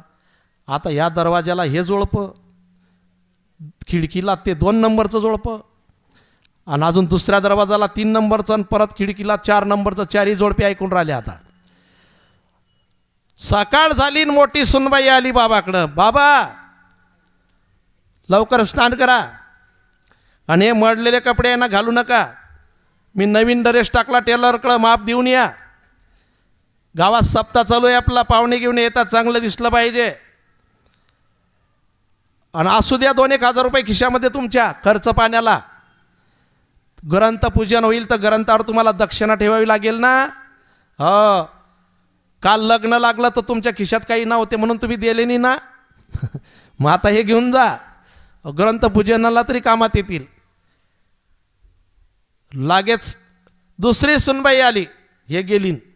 मामाजी तो जुना बूट फेकून द्या, नवीन बूट घ्या, पालिश करून आणला. 1000 रुपयाचा बूट आहे, तुमच्या जीवापेक्षा काय जास्त आहे? आणि म्हाताऱ्या माणसानं हाऊस कधी करा मग? पिकलेलं पान आहे केव्हा गळून पडेल सांगता येत नाही. चांगलं राहा मस्त. हे 2000 घ्या, असू द्या खिशात. 3 बी दिले. 3 नंबरची नाही तसंच. मामाजी पुरणाच्या पोळ्या केल्या. म्हणे तू कशा काय केल्या पुरणाच्या पोळ्या आज? म्हणे राजीवूच्या घरी केले मेडिकलवाले म्हणून. मेडिकलवाले आपले राजेंद्र भाऊ त्यांच्याकडे पुरणाच्या पोळ्या खीर केली ना, म्हणून मी बी करून राहिली म्हणे. मग घ्या खाऊन. ती 4थ्या नंबरची आली. तिनंही मस्त मेथीचे लाडू आणले लागेच. घ्या मामाजी, व्यवस्था लागली. हां, पैसे बी द्यायला लागले. चौघ सुनबाया, खाया प्यायची व्यवस्था लागली, कपडे बी. हां, ते म्हणे मी धुते आणि ते म्हणे मी धुते. एवढंच नाही तर 4 ड्रेस धुवायच्या बाबाच्या, आणि 4च्या संतोष भाऊच्या जवळ जायच्या आणि इस्त्री करून घेऊन यायच्या. सगळी तयारी झाली समजा. असं चाललं बरं का. लागे बाबा आले, ग्रंथाचं दर्शन घेतलं. लागे 500 रुपये ठेवले. म्हणलं बाबा एवढे रुपये, 500 रुपये दक्षिणा? म्हणे महाराज जमलं ना म्हणे. हां जमलं म्हणे. आता रोज 500 ठेवत जाईल म्हणे मी. आणि आता कार्यकर्त्यांकडे चाललो म्हणे की एक तेलाचं टीप, आपली कॅन तेलाची भंडाऱ्यासाठी घेऊन घ्या, ते बी देतो म्हणे. हां लागली मस्त बाबा, असता आनंदी राहायला लागले. पण म्हटलं पेटी कुठं आहे? पेटी म्हणे सोबत आणलेलं आहे, तुमच्या खोलीत ठेला आहे कुलूप लावून. म्हटलं मा खोलीत का? म्हणे हो. म्हटलं बरं, कारण तुमच्या खोलीत कोणी जाणार नाही म्हणे. हां, आणि चाललं ना 20 वर्ष असं. आणि 20 वर्षानंतर बरोबर रात्री बाबा गेले. आता प्रत्येकाला जावं लागते ना. आता बाबा गेल्यानंतर सुनबाया म्हणतात, अहो ते फोन लावायचं राहू द्या सध्या, शेजाऱ्याला बी सांगू नका सध्या, भावबंदायला तर सांगूच नका. म्हणे कसं काय? म्हणे त्याचं कारण आहे ना, रड बोंबल आपण नंतर करू. रडायचं काम, रडायला सुरुवात करसान तर हे बाकीचे येतील. कोणाला फोन बी लावू नका आणि काहीच नाही म्हणे, चर्चा करू नका, दरवाजे खिडक्या बंद करा उलट. म्हणे कशा करता? अहो म्हणे बाबा गेले, घरामध्ये म्हणे तुमच्या बहिणी राहतील, पाहुणे राहतील, इतर सर्व. मग 13 दिवस आपल्याला या सोन्याचे चांदीचे रुपये वाटता येणार नाही. मग त्यापेक्षा पहिले याची वाटप करून घेऊ म्हणे, मग रडायला सुरुवात करू म्हणे. म्हणे बरं झालं गड्या, मोठीनं सल्ला दिला. मग तेवढ्यामध्ये एकानं ते पेटी आणली आणि एकानं पेटी आणली. म्हणे चाब्या कुठं आहे? तेव्हा 3 नंबरचा म्हणतो चाब्याची काय गरज आहे दादा? अशी बी बाबा गेले. आता हातोडी घेतली, तोडलं कुलूप तोडलं आणि टाकणार. तेवढ्यामध्ये सुनबाई म्हणते मोठी, अहो लक्ष्मी येते, खाली नको टाका जमीनवर, थांबा पट्टी आणते मी. एक नवी कोरी पट्टी आणेल होती बरं का. ते पाहुण्यांना सुद्धा काढली नव्हती, कशालाच नाही. ते नवी कोरी पट्टी खाली टाकली. म्हणे आता टाका आरामात. तेवढ्यामध्ये एक लहान गेलं पाणी प्यायला माठावर. माठाचं पाणी प्यायला गेलं लहान. त्या टायमाला लहाण्याची पत्नी म्हणते, व्हानं अर्ध दाबतीन ना ते, काय डोकं नाही माय माणसाला. मी होती म्हणून राहिली. ते बी तसंच गल्लाच फेकला, आलं धावतच तिथं.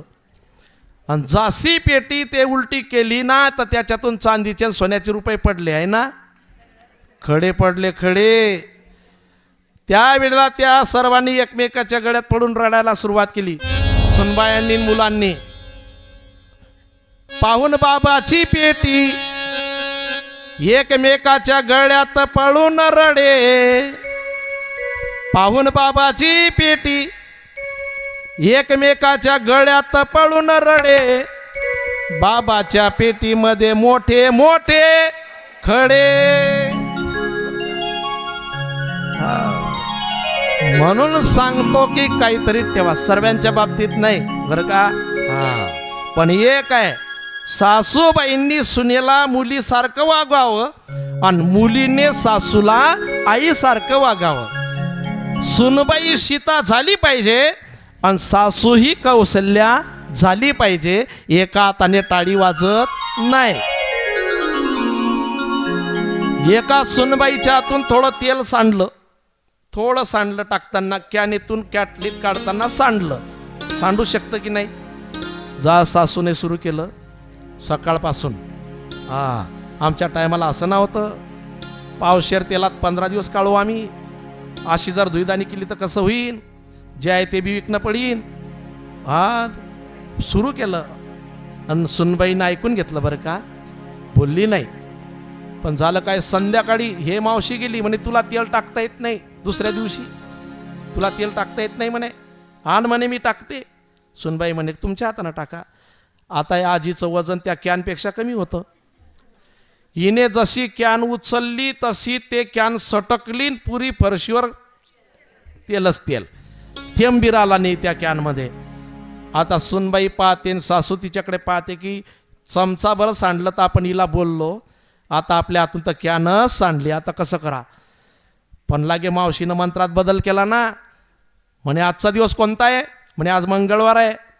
म्हणे मग मंगळवारी तेल सांडणं चांगलं राहते, सांडलं की चालते. आज घरामध्ये लक्ष्मी नांदते. म्हणे मग माझ्या बी तर हातून सकाळी सांडलं ना, म्हणे त्या सुनीच्या हातून नाही पाहिजे. आहे की नाही, असं कसं जमेल. एका हाताने टाळी वाजत नाही बरं का, वाजते का एका हाताने टाळी नाही. म्हणून वाजून पहा तुम्ही, एका हाताने वाजणार नाही टाळी. राधे राधे हो राधे राधे, राधे राधे हो राधे राधे, हो राधे राधे, राधे राधे हो राधे राधे. राधे राधे हो राधे राधे, राधे राधे हो राधे राधे, राधे राधे हो राधे राधे, राधे राधे हो राधे राधे. राधे राधे राधे जय श्री राधे, राधे राधे राधे जय श्री राधे, राधे राधे राधे जय श्री राधे, राधे राधे राधे जय श्री राधे, जय श्री राधे, जय श्री राधे,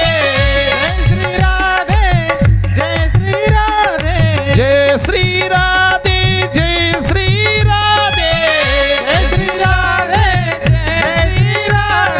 राधे राधे हो राधे राधे, राधे राधे हो राधे राधे, राधे राधे हो राधे राधे, राधे राधे हो राधे राधे. सियावर रामचंद्र भगवान की जय. आणि दशरथ राजांना पूर्ण विश्वास होता रामाचा, म्हणून रामाला राज्यावरती बसवण्याचा निर्णय घेतला. आणि राम राज्याभिषेक होणार जाहीर केलं. सर्व या अयोध्या नगरीमध्ये आनंदाचं वातावरण आहे की राम राज्य येणार, राम राज्य येणार, राम राज्य येणार जाहीर केलं. आणि कोणी वाद्य वाजवत आहे, कोणी नाचत आहे, आनंद साजरा करायला सुरुवात केली सर्वांनी. कैकई सुद्धा नाचायला लागली महालामध्ये, कैकई सुद्धा आनंदामध्ये आहे. कौसल्या मातेने जन्म दिला असेल रामचंद्रांना, पण जास्त जीव रामामध्ये जर कुणाचा असेल तर कैकईचा. कौसल्या मातेच्या महालामध्ये रामचंद्र काही सेकंद थांबायचे, पण पूर्ण वेळ कैकई मातेच्या महालामध्ये घालवायचे. कारण कैकईचा कौसल्यापेक्षाही जीव होता रामचंद्रांमध्ये. मग का हो, कैकईचा जीव होता म्हणे. हो, अरे कैकई म्हणजे राम कथेचा पाया आहे, पाया.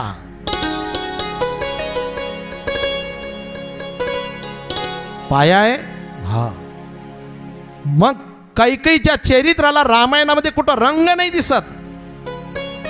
कोणी कैकई नाव नाही ठेवत. ऐका आपल्यामध्ये कोणी. त्यावेळेला सांगितलं की रंग हा घराला असतो, पायाला नाही. ज्या पायावरती घर टिकून असते ना, त्या पायाला रंग मारतो का आपण कधी? रंग घराला मारत असेल, पायाला रंग कधी राहत नाही. पण पायाशिवाय घर नाही. कैकेयीच्या चरित्राला कुठं रंग नसेल, पण कैकेयी रूपी पायावरती पूर्ण राम कथा आहे. आणि असे पात्र आहेत कोण? हनुमंतराय आणि कैकेयी. हनुमंतरायचं चरित्र बाहेर काढलं तर रामायण काय रामायण आहे की नाही. हनुमंतराय शिवाय रामकथा नाही. कैकेयी तर पाया आहे. आणि कैकेयी सुद्धा आनंदामध्ये नाचते आहे कि मेरा राम राजा बन जाएगा, मैं राजमाता कहलाऊंगी. आनंद में नाचती है कैकेयी. तब मंथरा आती है, मंथरा. आणि मंथरा ने कहा कैकेयी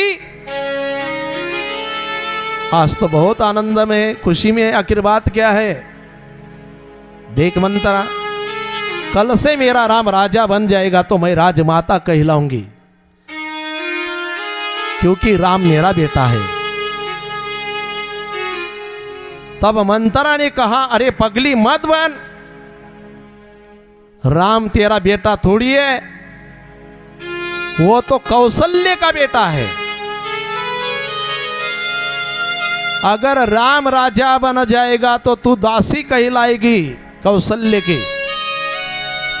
राजमाता तो कौशल्या कहलाएगी और तू दासी कहलाएगी.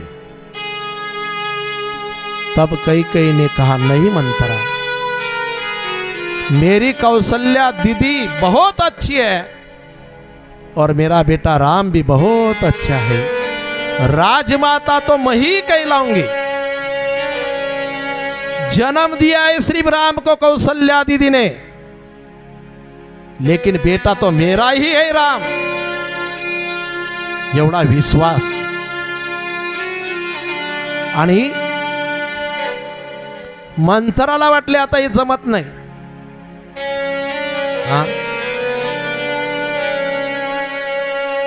आपण बी लक्ष ठेवलं पाहिजे की आपल्याही घरी मंथरा कोणती एखाद्या वक्ती सांगता येत नाही केव्हा येईल. बरोबर एकटी सुनबाई घरात असली तेव्हाही एखादी मंथरा येऊ शकते, है की नाही. आणि ऐकूनही जमत नाही ना, मग त्यावेळेला मंथराने चक्कर येऊन खाली पडणार असं दाखवलं. कैकेयी तिला सावरायला गेली. लाईनला स्पर्श झाल्यानंतर जसा अंगात करंट यावा तसा वाईट विचाराचा करंट आणि कैकेयीच्या अंगात मध्ये आला.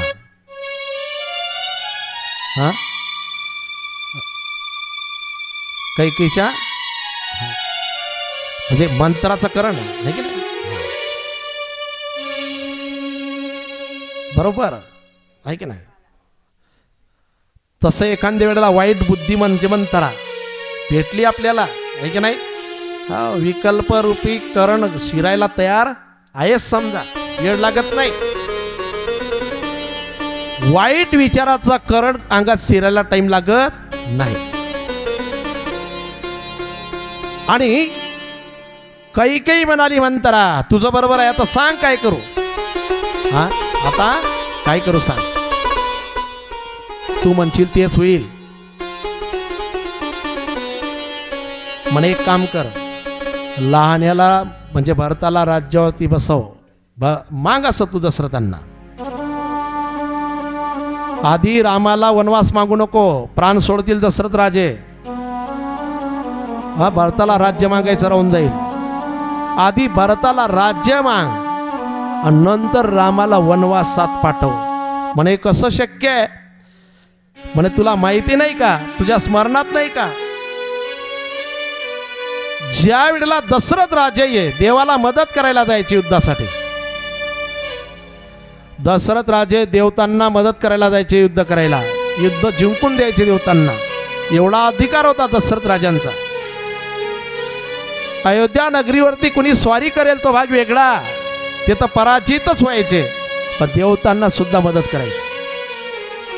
जसं भागवत कथेमध्ये मुचकुंद नावाचा योद्धा मदत करायचा तसं. आणि एक वेळ कैकेयीने हट्ट धरला की मला यायचं युद्ध पाहायला. दशरथ राजे म्हणतात कैकेयी अगं युद्ध पाहण्याची गोष्ट थोडी आहे, तू येऊ नको म्हणे, मी येणार. आणि राज हट्ट, बाल हट्ट आणि स्त्री हट्ट मानावं लागतात.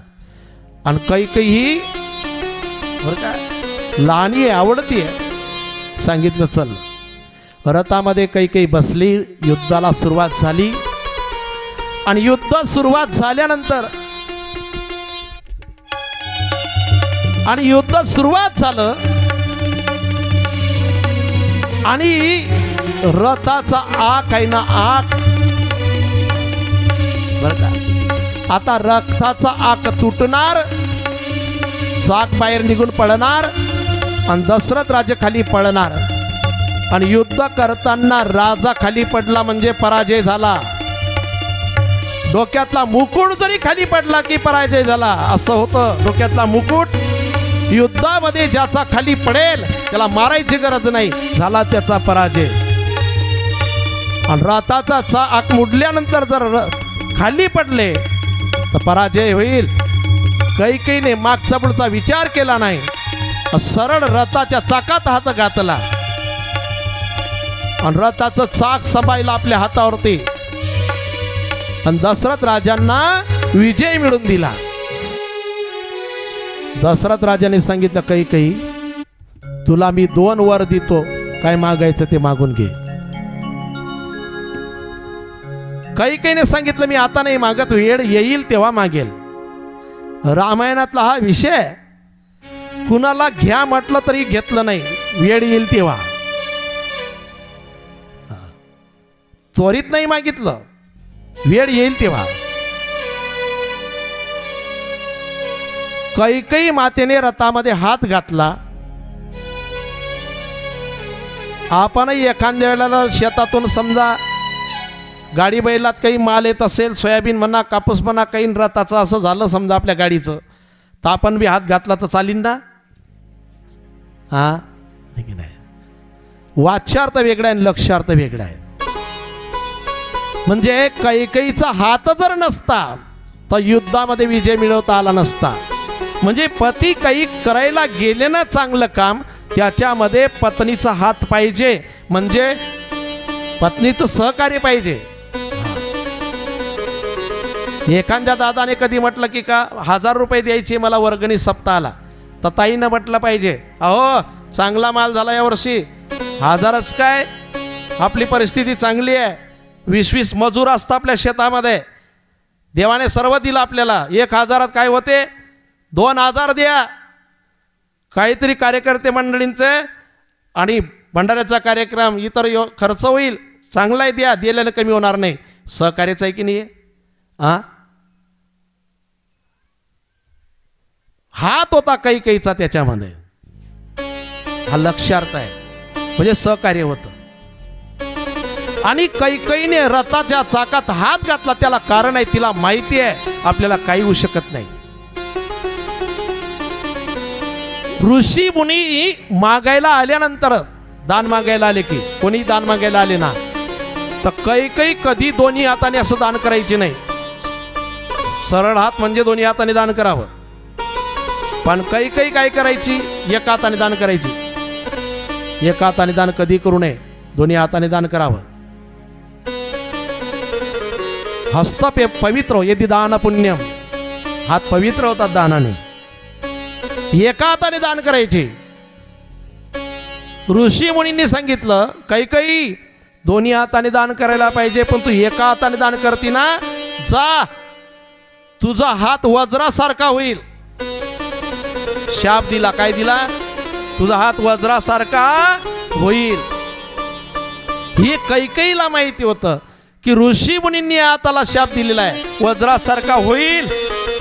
आणि साधूचे शब्द कधी खोटे होत नाही, म्हणून रथाच्या चाकात हात घातला. कैकेयीने एका हाताने दान केलं तर कैकेयीच्या हातात शक्ती आली. आणि तुम्ही दोन्ही हाताने दान करता, तुमच्या हातात शक्ती येणार नाही. एक वेळचा प्रसंग आहे महाभारतामध्ये.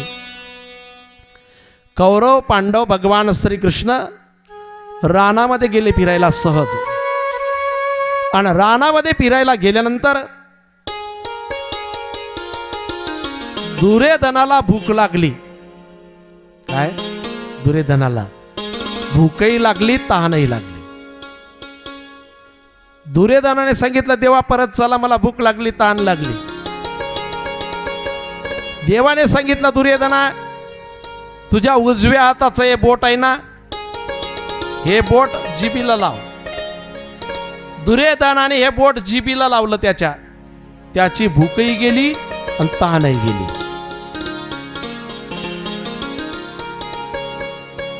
पांडव म्हणतात, देवा याच्या बोटात अशी शक्ती काय आहे? अरे म्हणे, दुर्योधनाने कधी दान दिलं नाही, पण तुमचं घर तो कोणालाही दान मागायला आले की बोटाने दावायचा. आमच्याकडे नाही मिळत दान, त्या पांडवांकडे जा, ते मोठे धर्मात्मा वाया चालले, त्यांच्याकडे मिळेल असं बोटाने पांडवांचं घर दावायचा दुर्योधन.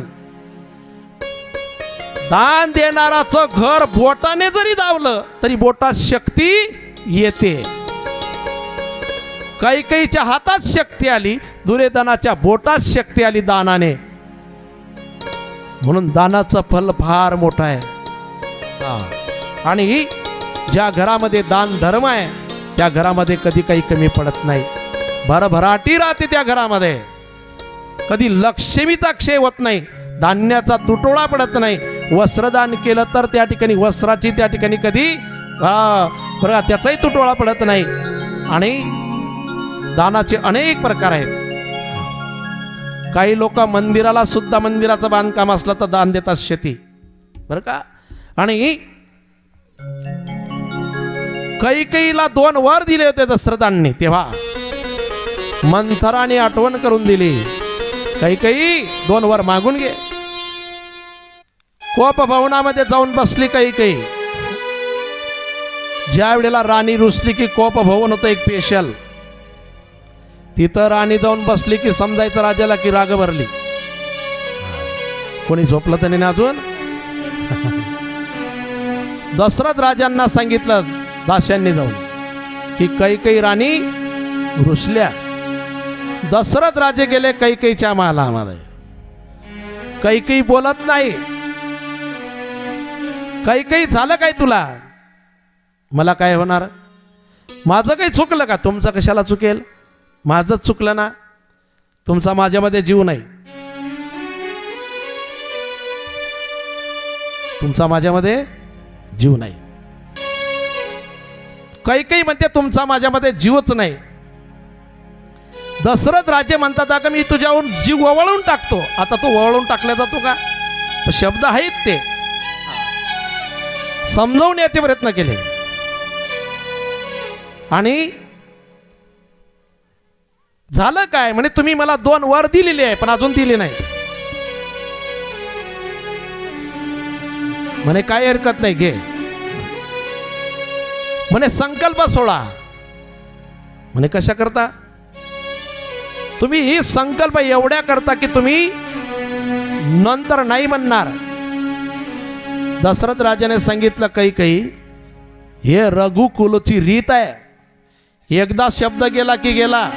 रघुकुल रीती सदा चली आई, रघुकुल रीती रीत सदा चली आई, रघुकुल रीत सदा चली आई, रघुकुल रीत सदा चली आई. प्राण जाई बरु वचन न जाई, प्राण जाई पर वचन न जाई, प्राण जाई पर वचन न जाई, प्राण जाई पर वचन न जाई, प्राण जाई पर वचन न जाई. मंगल भवन अमंगल करहु सुदशरथ अजर. जाई पर वचन न जाई, प्राण जाई पर वचन न जाई। रघुनाथ मंगल भवन अमंगल हारी, धरऊ सुदशरथ हाजिर बिहार। रघुकुल रीत सदा चली आई, प्राण जाई पर वचन न जाई। दशरथांनी सांगितलं काही या रघुकुलाची रीत आहे, प्राण गेला तरी चालेल पण दिलेला जो शब्द आहे त्याचं पालन होईल। या रीत सतत चालत आली रघुकुलाची। आमच्या वंशामध्ये स्वप्नात दान दिलं होतं विश्वामित्राला, तर जागे झाल्यानंतर खरोखर दान दिलं होतं कुणी? हरिश्चंद्र राजांनी। येथे कुल आहे, स्वप्नात सुद्धा शब्द दिल्यानंतर पालन करणारं कुल हे रघुकुल आहे। मागायचं असेल ते शब्द दिला तुला, सांगितलं रामाला राज्यावरती नाही बसवायचं, भरताला बसवा माझ्या पुत्राला। दशरथ राजांना एवढं वाईट वाटलं नाही, काही हरकत नाही, भरतही माझा पुत्र आहे। दुसरं माग म्हणजे रामाला 14 वर्ष करता वनवासामध्ये पाठवा। आता मात्र अंतकरणाचे तुकडे झाले दशरथ राजांच्या, पूर्ण खाली कोसळले दशरथ राजे। कैकेयी काय मागून बसलीस? अगर राम अयोध्या नगरी सोडून गेल्यानंतर कोणी जिवंत राहणार नाही। चालताना दिसतील, बोलताना दिसतील, सर्व व्यवहार करताना दिसतील, पण तरी सुद्धा ते देह कसे राहतील? रामाशिवाय कोणाच्या जीवनामध्ये समाधान राहणार नाही। त्या ठिकाणी दशरथ राजे राम राम राम राम म्हणायला लागले। मंथरा आणि कैकेयी नाचतात आनंदामध्ये। रामचंद्रांना निरोप पाठवला सुमंताच्या हाती दशरथ राजांनी। रामचंद्र आले आणि रामचंद्र आल्यानंतर रामचंद्रांना सांगितलं की तुझ्या कैकेयी मातेचं असं मत आहे की भरताला राज्यावर बसवा। रामचंद्र म्हणतात आनंदाची गोष्ट आहे, माझ्या भरतासारखा राजा होऊच शकत नाही। त्याच्या नावातच वशिष्ठ ऋषींनी सांगितलेलं आहे की हा सर्व जगाचं भरण पोषण करेल, आणि जगाचं भरण पोषण करणारा राजा झाला तर चांगलं आहे। दुसरी गोष्ट ऐक रामा, दशरथ राज्य म्हणतात तुझ्या कैकेयी मातेचं असं म्हणणं आहे की तू 14 वर्षाकरता वनवासामध्ये जाव। 14 वर्षाकरता वनवासात जावं असं तुझ्या कैकेयी मातेचं म्हणणं म्हटल्यानंतर रामचंद्र नाचायलाच लागले ना। दशरथ राजे म्हणतात रामा, अरे कैकेयीने वनवासाची तयारी केली तुझ्या 14 वर्ष आणि तरी तू आनंदात नाचत आहे। हो, माझ्या कैकेयी मातेने माझ्या हिताचा विचार केला। माझ्या कैकेयी मातेला वाटलं असेल की मी राज्य चालवायला लागल्यानंतर, राजसिंहासनावरती बसल्यानंतर बरं का मला विसर पडेल रावण मारायचा, आणि म्हणून माझ्या कैकेयी मातेने मला रावण मारायची संधी दिली। मला वनवासामध्ये नाही पाठवलं, माझ्या कैकेयी मातेने मला रावण मारायची संधी दिली। माझी भक्त शबरी अनेक वर्षापासून माझी वाट पाहते ना, बस तिच्या हातचे बुष्टे बोर मला खायची संधी दिली। रानातील लोकांच्या झोपडीमध्ये जाऊन त्यांना आनंद देण्याची संधी माझ्या कैकेयी मातेने मला दिली, आणि माझ्या कैकेयी मातेने माझा हिताचा विचार केला। याला म्हणतात बरं का सावत्र आईवरती सुद्धा रामचंद्रांचा एवढा विश्वास आहे। आपण सख्या आईला व्यवस्थित वागवत नाही, म्हणून रामकथेची आजही गरज आहे। आणि रामचंद्रांनी वनवासाची तयारी करायला सुरुवात केली आनंदामध्ये। एका सेकंदामध्ये अयोध्या नगरीचं वातावरण जे आनंदी होतं ना, रूपांतर झालं दुःखामध्ये. सर्व रडायला लागले. काही काही जेवताना ताट तिथंच राहिलं. पशु पक्षी सुद्धा रडायला लागले. आणि सर्व कैकेयीला द्वेष देऊ लागले. रामचंद्रांनी वनवासाची तयारी केल्यानंतर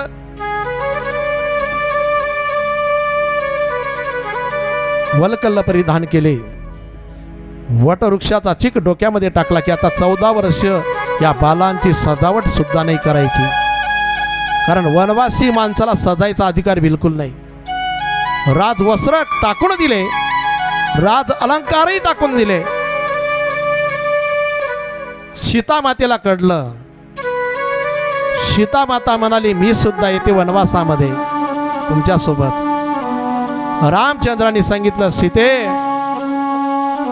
त्या ठिकाणी हिंस्र पशु आहेत, तुला ताण लागेल, भूक लागेल, पायात काटे मोडतील. सीता मातेने सांगितलं, मी येणार म्हणजे येणार. रामचंद्रांनी कितीतरी समजून सांगण्याचे प्रयत्न केले, पण सीता मातेने ऐकलं नाही. सीता मातेने त्या प्रश्नाचं उत्तर काय काय दिलं रामचंद्रांना. त्यानंतर लक्ष्मण सुद्धा हट्ट धरतो वनवासामध्ये येण्याचा. आणि अयोध्येच्या लोकांची काय अवस्था होते, काय स्थिती होते, हे सर्व पाहायला मिळेल आपल्याला. पण किती वाजता? 3 वाजता. केवट प्रसंग येईल पुढे. म्हणून सर्वांनी, आणि रामकथेतील प्रत्येक प्रसंग जर म्हटला तर आपल्या जीवनाशी जुटीत प्रसंग आहे, म्हणून एकही प्रसंग सोडायचा नाही. म्हणून सर्वांना विनंती आहे की ठीक 3 वाजता येण्याची कृपा करा.